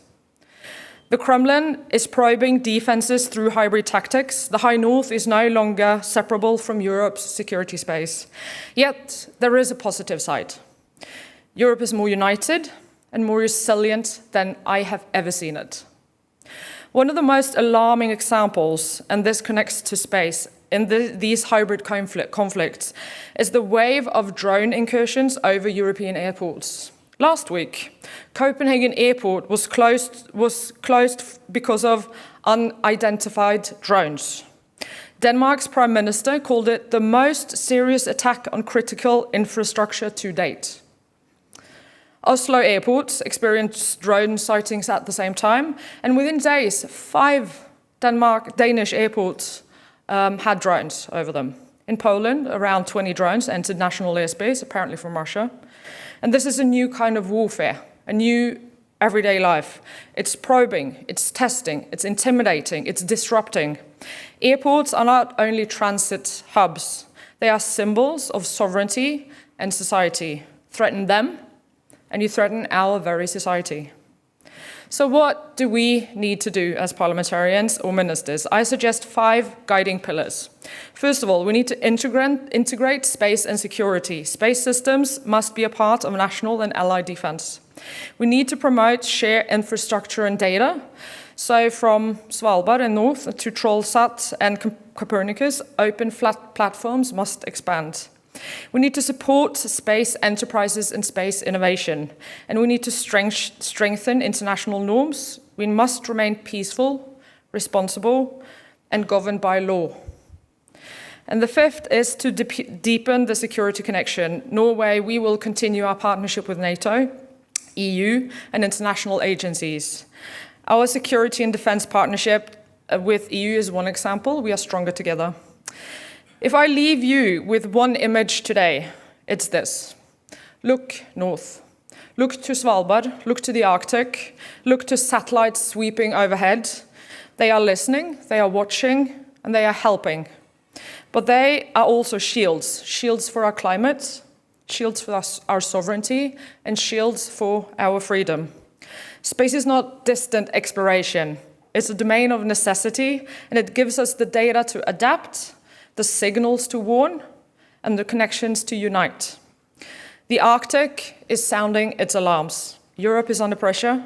The norms we once took for granted are under strain.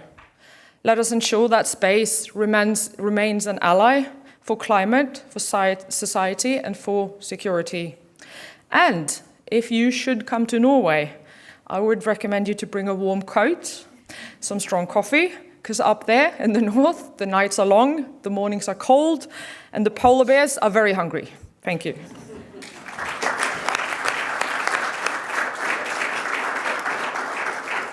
Well, thank you, Wadene, for your excellent speech. Norway is an active actor in space, not only for climate change, but also play an important role in defense and security. So thank you very much. Next speaker is Eugène Remus-Negoy, member of the Committee on Communication, Information Technology and Artificial Intelligence, Senate of Romania.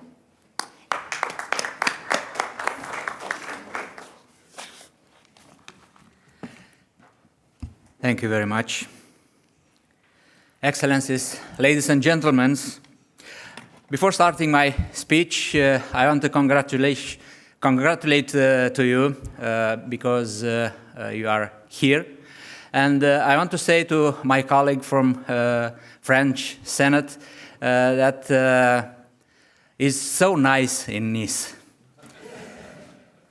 So, I would like, first of all, to express my sincere gratitude to the International Astronautical Federation for the invitation and to our Australian hosts for the warm welcome and for the excellent organization of this meeting.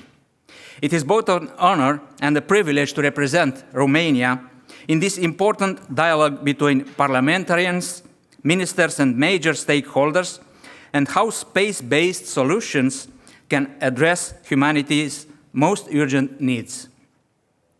I address you not only in my capacity as a senator of Romania, but also as a proud citizen of a country whose contributions to aeronautics and space science have shaped histories and continue today with renewed ambition and a focus on promoting societal welfare through innovation in space science. We celebrate outstanding Romanian pioneers such as Henri Coandă, whose groundbreaking ideas and inventions in the early 20th century, most notably the Coandă effect, anticipated advance in modern aeronautics and aerospace engineering worldwide. A pivotal chapter was opened in May 1981 when Dumitru Prunariu became the first Romanian to travel to space, an achievement of national pride that embodied Romania's long-standing commitment to human space flight and international scientific cooperation. My country achieved full membership in the European Space Agency in 2011. This paved the way for new opportunities for Romanian industry, research centers and universities to participate in space missions, technology transfers, and in all major programs on science and exploration, human space flight, safety and security, Earth observation, telecommunications, and integrated applications, navigation, space transportation. Through the Space Technology and Advanced Research sub-program, part of the National Research, Development and Innovation Program 2022-2027, and coordinated by the Romanian Space Agency, ROSA, Romania supports the development of its national space sector by supporting the domestic industry, build know-how, consolidate capabilities, and meet the quality standards and technology readiness levels required in participate in ESA tenders. In July in this year, the European Union, reaffirming its commitment in the UN agenda on its vision of Europe that maintains and expands its excellence in space for the benefits of all, advanced the EU Space Act. Launched by the European Commission and soon to enter the legislative procedure, and the Act aims to establish a harmonized framework for space activities that enhance safety, resilience, and sustainability, while strengthening the competitiveness of Europe's space sector. Distinguished member of the global space community, today we find ourselves at a crossroads where the challenges we face as society grave, increasingly complex, interconnected, and urgent. Far from being abstract, space technologies and fundamentally practical allow me to present a few illustrative examples from Romania. Satellite imagery enables us to plan our own cities more. Sorry, I need to put my glasses.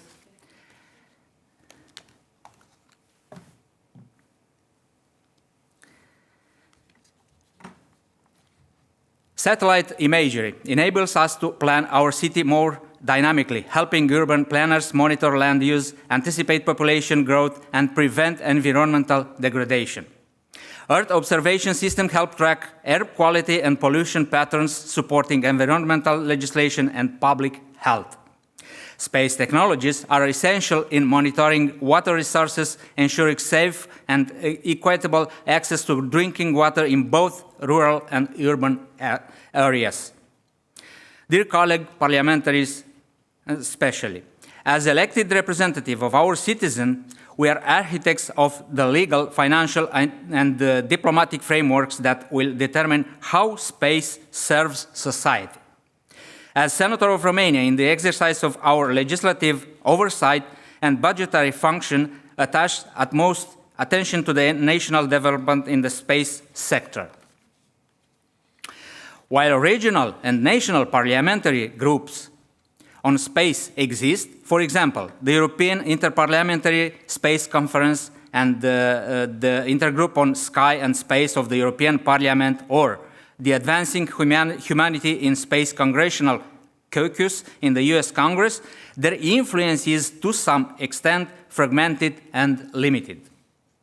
Within this context, it may be worthwhile to explore together the idea of establishing a standing international parliamentary network, open to all members of parliaments interested in exchanging legislative expertise, in advancing the EAF's principles, sustainability, inclusivity, and peaceful use of space through national legislation, supporting the ratification and implementation of space treaties, and increasing global awareness of space as a strategic resource for the future of humanity. To conclude, I remain firmly committed to the belief that our success will not be measured only by the technologies we master, but by the capacity to turn space science into real, meaningful improvements in the lives of our citizens. Let us make space not only a frontier of exploration, but a foundation for equity, resilience, and sustainability on Earth. This is both our shared responsibility and our greatest opportunity. Thank you very much.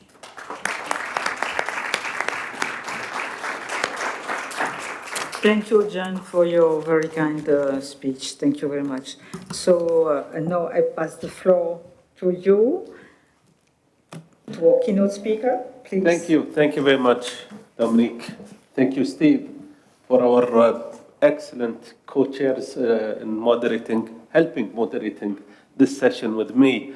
Thank you to all the speakers, a great intervention from everyone. The major theme that we've heard together emphasized the importance of space data for society, which, to think of it, it's actually the most important side of the space value chain to society, to individuals. Nothing much ubiquitously used daily, I would say, regime. Google Maps is something that you cannot leave. This is an impact of what space data can do to society. Let's broaden our way of thinking. Let's pose a question: what else can we do for infiltrating more of space data in the daily use of society? And here were all the alignment we heard from our speakers when they were talking about economy. The downstream ecosystem is quite, dynamic, but also quite profitable, because it uses the data. And for all leadership policymakers here, their role would be on how to make sure that their policy enables these small industries and startups. So democratization of data, sharing of knowledge is important. And here where the mutual benefit in everybody's society will be more prominent. So the question that I would pose is, we're doing, I would say, a good job today on making more impact of space on society for their benefit. How can we do it more efficient? How can we do it in a manner that it is seamless as Google Map on everybody's phone? So what else can we do? We've heard from the previous session, Sanmonita was excellent in explaining government's response to disaster, charter, and so what else can we do together? Hopefully that can be have a more impact for society, for the betterment of society, and for the betterment of individuals in the society. So another aspect I would say is the importance of youth. I think some of you, our members, have mentioned this. Youth play a major role in sustaining the industry, sustaining the science, sustaining the use for space data in the future. So more of Space Academy, I think, has been mentioned by the speaker from Azerbaijan, is important. I see youth engagement in many different ways to get them more involved in space science and space data in something called hackathons. And that's something that doesn't need a lot of capital, but has a great impact on our youth for them to understand, what are the space data, what is the space data, and what are the challenges that we can seek and poke their small brains to start thinking of solutions based on this. Finally, I would say, this venue, thank you, our Australian colleagues, for hosting us, and thank you for IAF for organizing this. Thank you very much. Thank you very much, Ren.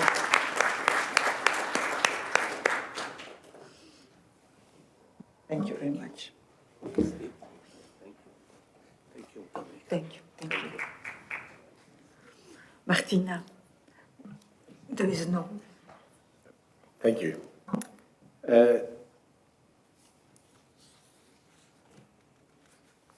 On the final topic today, which is a discussion on space-based solutions to safeguard life on Earth. And space solutions have become powerful tools for governments to address long-standing challenges by providing real-time monitoring and precise detection capabilities. These technologies help to combat, for example, illegal activities, support better environmental oversight and improve border surveillance. So it's a pleasure and my pleasure to welcome to the stage Enrico Palermo, Head of the Australian Space Agency, to speak on this topic and to moderate discussion on this session. Please join me in welcoming Enrico.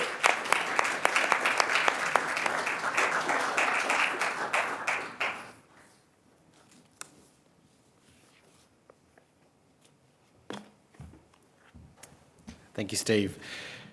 Distinguished members of Parliament and esteemed ministers, ladies and gentlemen and colleagues, it's my most pleasure to welcome you to Australia.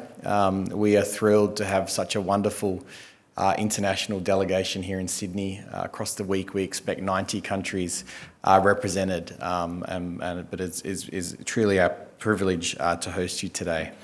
It's my honour to host the last session for today, which is on a topic of paramount importance that I think astronaut and Senator Pontes from Brazil so eloquently covered in his remarks, and that is how can we use space-based solutions to safeguard life here on Earth. We do stand at a pivotal moment in history. We do face unprecedented challenges that have been covered by various speakers already, from climate change to natural disasters, resource depletion and environmental degradation. And they include some of the things we're seeing here in Australia as well. And as articulated from the member from Norway, we live in difficult and challenging times geopolitically. So amongst these challenges that we find ourselves in, how can we use that extraordinary vantage point that space gives us, a vantage point that's more accessible than ever for many nations on our planet, the ability to observe, understand and to protect our planet from space.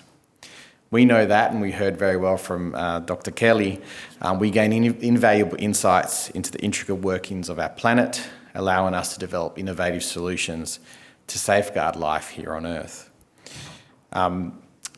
It was covered by Honourable Trish White from South Australia. The Australian space sector has rapidly developed since the formation of our agency was made in 2017, and this is a national endeavour. We've had wonderful updates from the New South Wales Government, the West Australian Government, South Australian Government and the Tasmanian Government on the remarkable ways in which we are seeing industry and government use space-based technologies to make a difference here in Australia.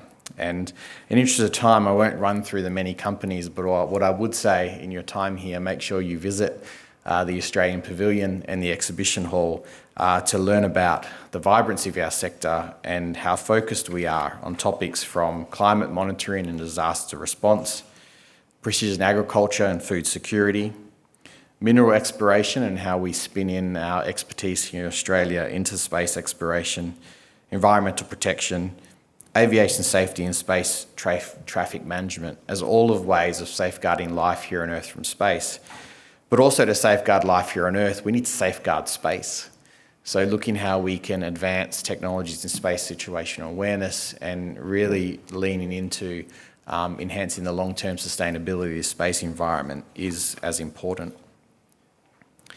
In safeguarding this role, I cannot underpin, and forums like this are critical to this, the importance of global collaboration and responsible stewardship. Space is not a solo journey by any means. It knows no borders, and neither should our efforts to protect Earth. Australian government is committed to fostering international collaboration, sharing data, expertise and innovation.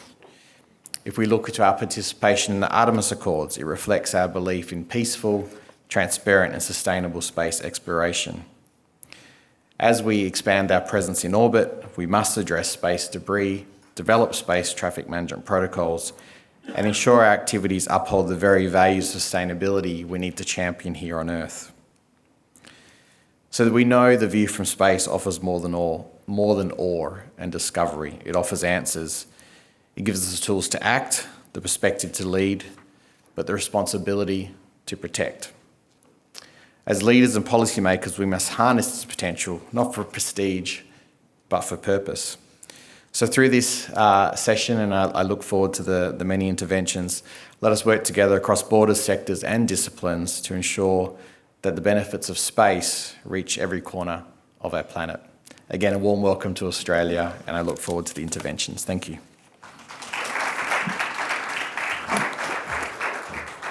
Thank you very much, Enrico, for being moderator of this session, and thank you for everything you do for space as head of the Australian Space Agency. I know when I need something, he's my go-to man in South Australia and Adelaide, and I'm very privileged to have the Space Agency based in Adelaide, in my hometown. It's now my pleasure to welcome to the stage our next speaker, which is Mario Kadistik, Member of Parliament of Estonia. Mario, welcome, and the floor is yours. Thank you, and it's excellent to be here. To be fair, space is far closer than Sydney to Tallinn. I just checked, it's about 150 times closer than coming here. So I think we should not always imagine space as being something vast and far. It's actually pretty close. So Estonia is a relatively new member of the Space Club. We only just celebrated 10 years of ESA. But at the same time, we are already working actively on using all of the space data and also to improve it with our own satellites. There's actually some private sector companies working on enhancing the Sentinel system by having some trailing satellites to make it far, far more 3D. So you would have a lot more data on, for example, forestry. So I think we believe a lot in digitalization and using those assets for maximum benefit. And in general, what we have done in the government and removed a lot of bureaucracy thanks to digitalization, we estimate it's about 2% of GDP that we are saving purely on less bureaucracy. And doing stuff digitally. So I think also using the space data for that is an excellent way of improving life on Earth and allowing us to do other things. But at the same time, based on our location and also the fact that Estonia is hosting the European Interparliamentary Space Congress this year, the topic is also security in space. And as Lene quite well put, the situation in geopolitical terms, especially around Europe, thanks to Russia's active aggression, is totally different than it was a short while ago. And even though Estonia is a member of the European Union and NATO, and we're not in active warfare in any place, it still is a country which is actively affected by military activities nearby, and that's also tied to space activities. A simple example, something we rely on every day, GPS for location. I think many of you have heard about the GPS jamming and disturbances that happen, but it has real-life impacts. For example, we had a new airline opened between Helsinki and Tartu, and the airline half of the times had to turn back because of the GPS manipulations. We had to actually upgrade the airport to the next level so that the planes could land. At the same time, Ursula von der Leyen's helicopter couldn't take off because of GPS interference. So even though we are in a civilian society, in a peacetime effort, active military operations affect also space-based communications and items in civilian societies. So I think overall, if we want to preserve life on Earth in a decent way, we also have to make our systems understand that they all are dual use. Anything we do in space is both for civilian and also for military purposes. Even the simple fact that positioning information is obstructed has impact on everyday life. So we need to make all of our services resilient against attacks. And as already mentioned, with the hybrid attacks that Russia is doing, this is also a topic that we are seeing in active elements of possible cyber warfare. Just recently we had the conference in Tallinn where we also visited the NATO Cyber Warfare Center. And during exercises, there have been incidents where somebody actually gained active control of a satellite. And this, I think, is something which could lead to substantial problems if somebody decided to steer a satellite to a different orbit or crash two satellites. So this could create a global problem via debris. So I think we need to figure out and understand that space is these days an everyday object that we use every single day, every single time, every single hour. It's part of our meteorological information, it's part of our communication infrastructure, navigation, everything. So we need to make it fully resilient so that even if somebody is offensive, either be it a nation or a terrorist group or whatnot, that our systems, our life as we know it, does not stop there. So I definitely say that we need to consider space as a vital infrastructure for preserving life on Earth. And just as a last remark, I really liked this morning Julie's comment that New Zealand beat Russia. So it doesn't matter the context, the sentence was great. Thanks.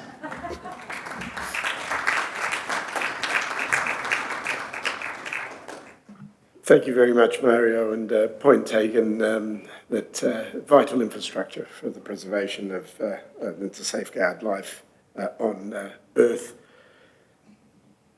On that note, it's a pleasure to welcome the next speaker to the stage, which is Silke Lornet, member of the German Parliament, State Secretary of the Federal Ministry of Research, Technologies and Space of Germany. Welcome, Silke.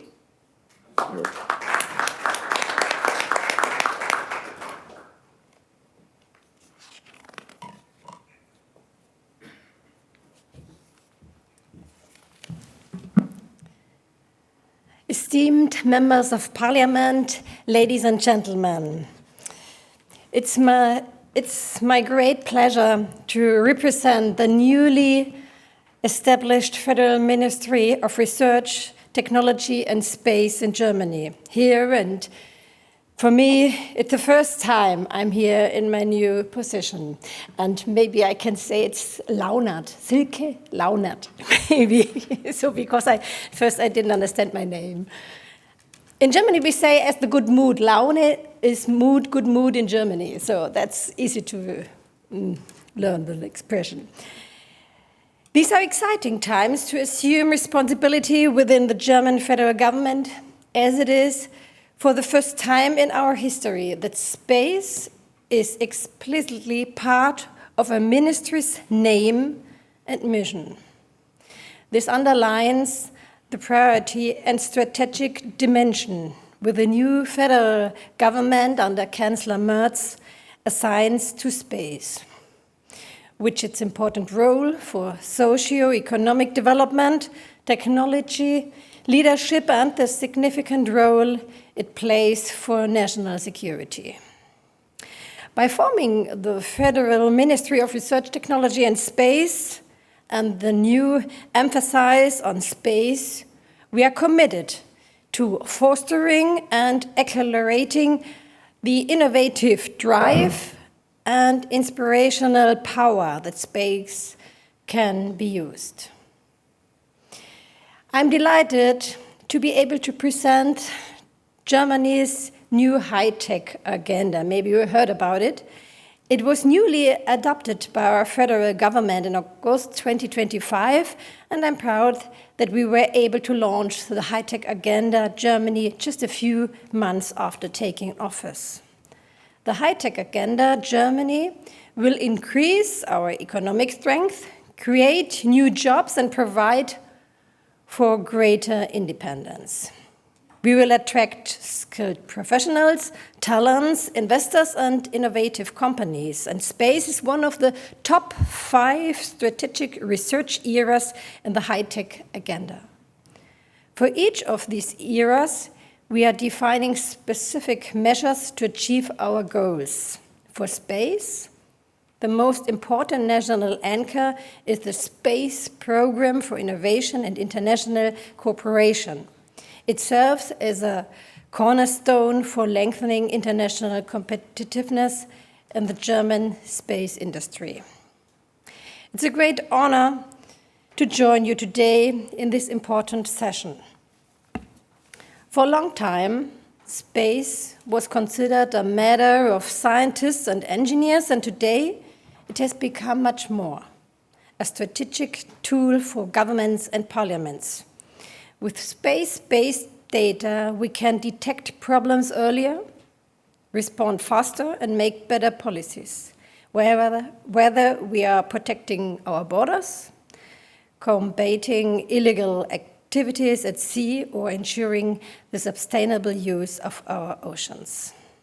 Germany is proud to work with our European and international partners to ensure that space serves the people and societies worldwide.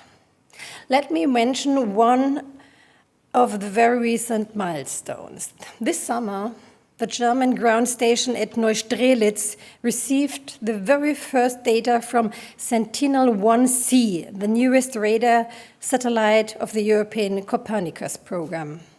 For the first time, Sentinel-1C is also carrying an automatic identification system receiver on board. This allows us to combine radar images with ship tracking information. The authorities can use it to detect vessels that do not report their positions, vessels that might be engaged in illegal fishing, trafficking of goods, or oil discharges on the high seas. Combined with near real-time reception in Germany, these data can be made available to European services and coast guards within minutes after reception. This is a strong example of how European cooperation in space translates directly into security, environmental protection, and effective governance. A second example is Germany's TerraSAR XX satellite, which supports the Copernicus Maritime Surveillance Service. This service provides critical information for coast guards and rescue centers across Europe. It helps them to detect and identify vessels of interest, locate ships in distress, or track missing vessels. And so it's able to save lives. Another important point, the Environmental Mapping and Analyze Program mission launched in 2022. I see my time, you look at me, it's, then I only do the headlines. Some minutes too? MMoP is one of the important things. And the next one is the ESA Global Development Assistance Program, in which Germany plays an active role.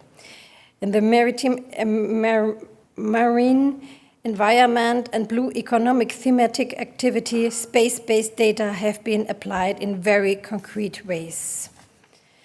All these examples, Sentinel-1C, TerraSAR, MMoP, and Global Development Assistance, Blue Economy Innovation, space is no longer distant, it's near to us. And that's why Germany is taking responsibility with strong space research, strong space companies. It's better to work together. Thank you very much.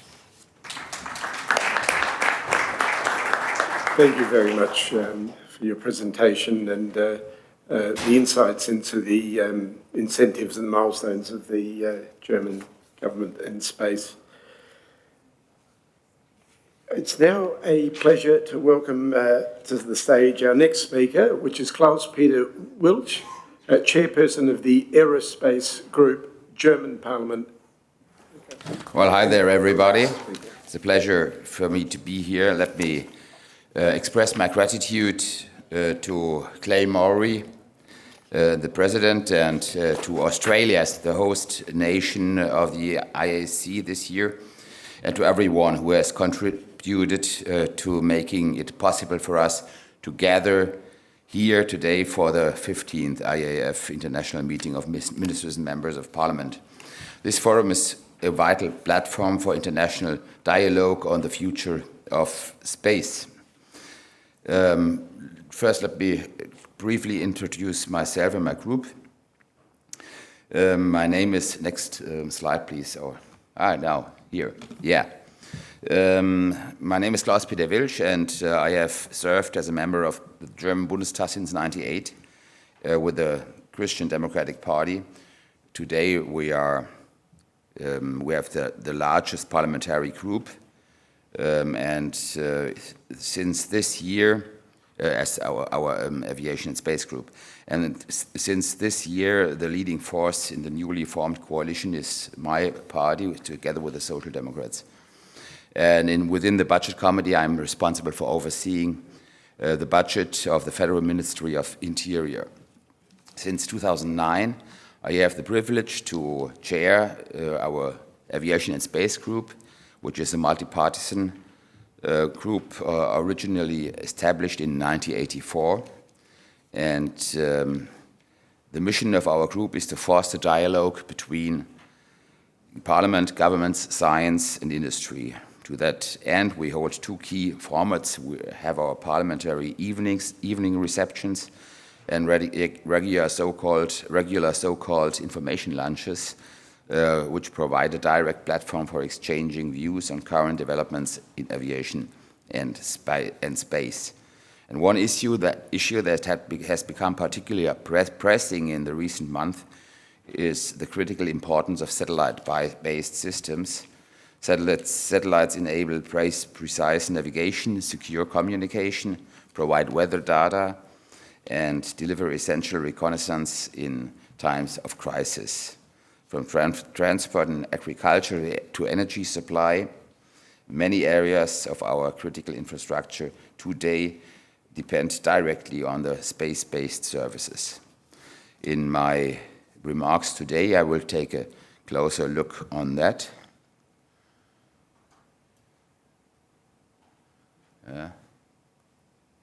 Yes. Russia's war of aggression against Ukraine starting on this February 24th in 22 for the second time was a political and societal wake-up call for us Germans as well as for our neighbors and allies in the European Union and NATO.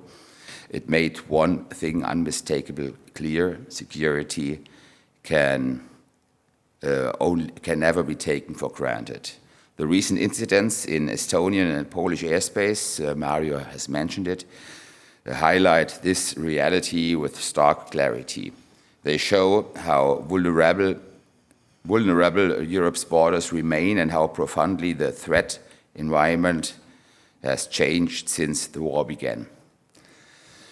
What once seemed like a distant theoretical risk has now become a concrete and immediate danger. With the federal budget for 25, which we adopted just a few days ago, we are providing the Bundeswehr with more than 86 billion euros for the first time. This investment not only ensures the procurement of modern equipment and state-of-the-art systems, but also strengthens the very backbone of our armed forces. In doing so, we reaffirm our commitment to equipping the Bundeswehr comprehensively for the future and maintain its readiness for action. At the same time, this war has shown us that the nature of conflict has fundamentally changed. Alongside land, sea, air, and cyber, outer space has become a recognized domain of operations, a warfighting domain in which states act both symmetrically and asymmetrically. Maybe you have mentioned that, or remarked that our Minister of Defense just announced an additional 35 billion in defense until 2030 for this domain of defense activities. Even the most advanced artillery, fighter jets, tanks, and naval vessels can only achieve the full effect when backed by precise information.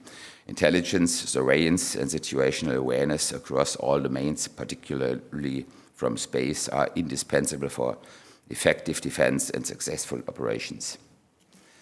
Information, communication, and reconnaissance are the foundation of every successful military operation. The fact that we can still speak today of a free and resilient Ukraine is due to near real-time satellite imagery provided by Western supporters.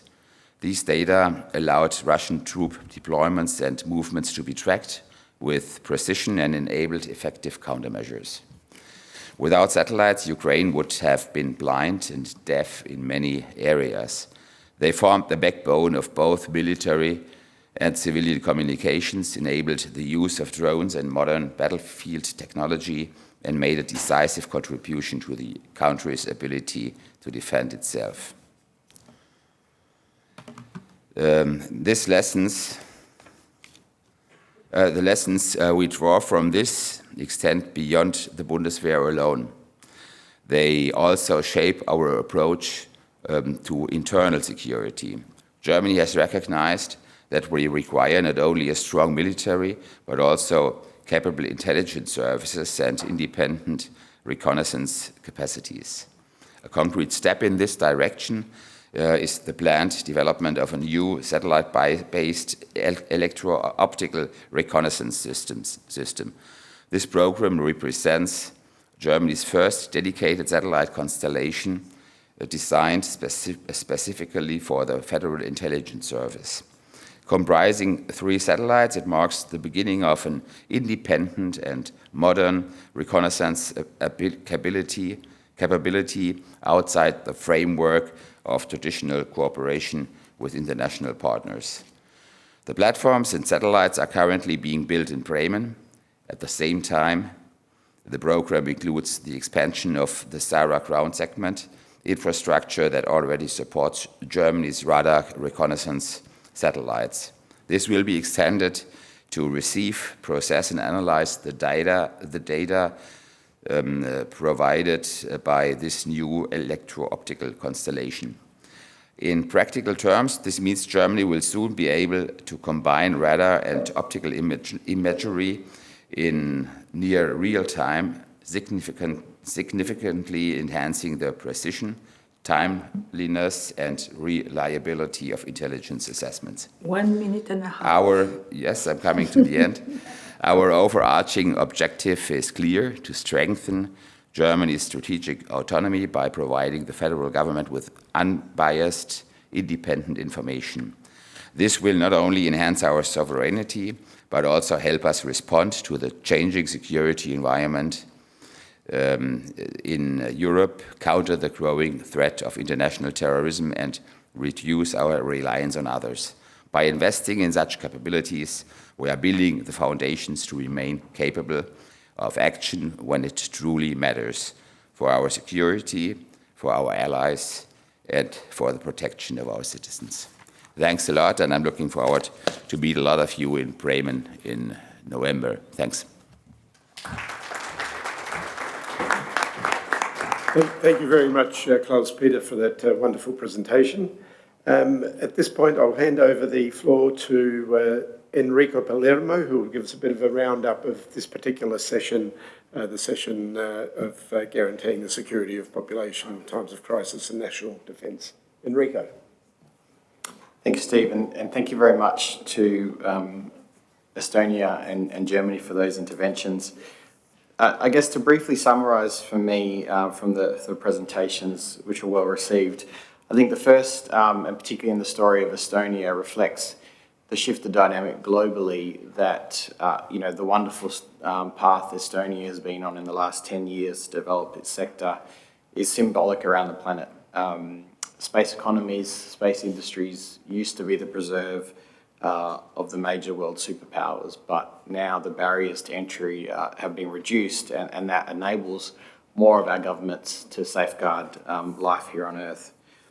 The second point is, I think, and it came through strongly, is the role of government remains crucial, clearly, in the space domain in terms of setting priorities, setting budgets. I commend Germany on its new ministry. But how do we make better policies to work together as well, came through strongly in the remarks from the German State Secretary. And then thirdly, as much as we celebrate, and we need to continue to celebrate space science, space exploration and peaceful cooperation, I think we all understand in the room, particularly in the conflicted world we have right now, is the dual use nature of space and the need to really recognise space is an operational domain. But how can we make it an operational domain in order to secure our nations and our countries from conflict? So thank you very much for your interventions in this important topic. Thank you very much, Enrico, and thank you for being the moderator for this particular session. This brings us to an end of today's proceedings, and I'd like to extend my appreciation to my co-chairs, to the organisers for all their hard work in putting this event together. It's been an interesting and productive meeting that we've had. I think we've heard a variety of speakers, and I'd like to thank all the speakers who spoke here today and presented as well. We've heard about the use of space for disaster and risk management. We've learned that space plays a key role in helping solve key societal changes. And we've heard views on how space safeguards life on Earth. Can I just say that we've learned about international governance, as we just heard our last speakers, issues in a shifting geostrategic environment and its implications on the preservation and extension of international rules and norms, and how together we can ensure the continuation of responsible behaviour in space, and how we can perhaps realise the unique role that space can play as a testing ground for the development of crucial and critical technologies. Space, we heard about space as an enabler for Earth-based industries and how we can better support the sector across the global economy to better integrate space systems to maximise growth and productivity. And of course, from my personal perspective, the role that Australia can play in supporting the space activities of your nation, including through the use of our unique geography, stable political environment, and efficient regulatory framework. Can I just remind everyone that what's keeping everyone between your lunch is me at the moment, so I'll be very quick. There are a few things that I'm looking forward to, and I'm sure all of you are over the coming days, particularly the Heads of Agency plenary tomorrow afternoon at 1:45 with heads of space agencies across the globe, including those from NASA, the European Space Agency, Canadian Space Agency, the Japan Space Agency, the Indian Space Research Organisation, China's National Space Administration. We also have the host nation plenary tomorrow at 6:15, which will explore how Australia and Australia's traditional owners and their unique knowledge systems can shape the global space sector, and that's tomorrow at 6:15, and the Australian Launch and Returns event on Tuesday at 3:30, where representatives from the Australian Space Agency will showcase the value that Australia can add to the global space sector. And we also look forward, of course, to the 2026 International Astronautical Congress from the 5th to the 9th of October. I hope I've got those dates correct, in Antalya, Turkey, which will have a theme, The World Needs More Space. So we look forward to seeing you all there. On that note, lunch, before I hand over to my co-chair, to Dominique, lunch is outside, just outside on the left-hand side, and following the lunch, those of you who want to participate in the cultural tour, there will be buses that will take you from here to the cultural tour. So once again, thank you for your participation today. Please enjoy your time in Australia, and let's hope that we can collaborate together in this wonderful industry that we call the industry of space. Thank you. So Steve made already the conclusion. I will be very brief because we are a little bit later on the schedule. So we are closing the 15 MMoP meeting. So I see it's growing each year after each year. So it's very nice to have you so numerous in our meeting. I warmly thank all of you for your valuable participation in this MMoP meeting. I thank also our keynote speaker. It's very precious to have it with us. And I would like also to thank IAF and our super team to organize the MMoP meeting, Martina and her team. So thank you for your involvement in space, for a sustainable world, but especially for the well-being of society. So thank you very much to be with us here in the other part of the world for some of us. And so we will see you next year, but Steve explained already the schedule for the next days. Just one remark. So we have only, a half an hour for the lunch, and then around 2:20, please follow the volunteers with the blue jacket. They will drive us to the bus, to the what would you say? Cultural. Yes, the culture, the visit we will have. So please be ready at 2:20 and follow the blue jackets. Thank you very much and have a very nice IEC.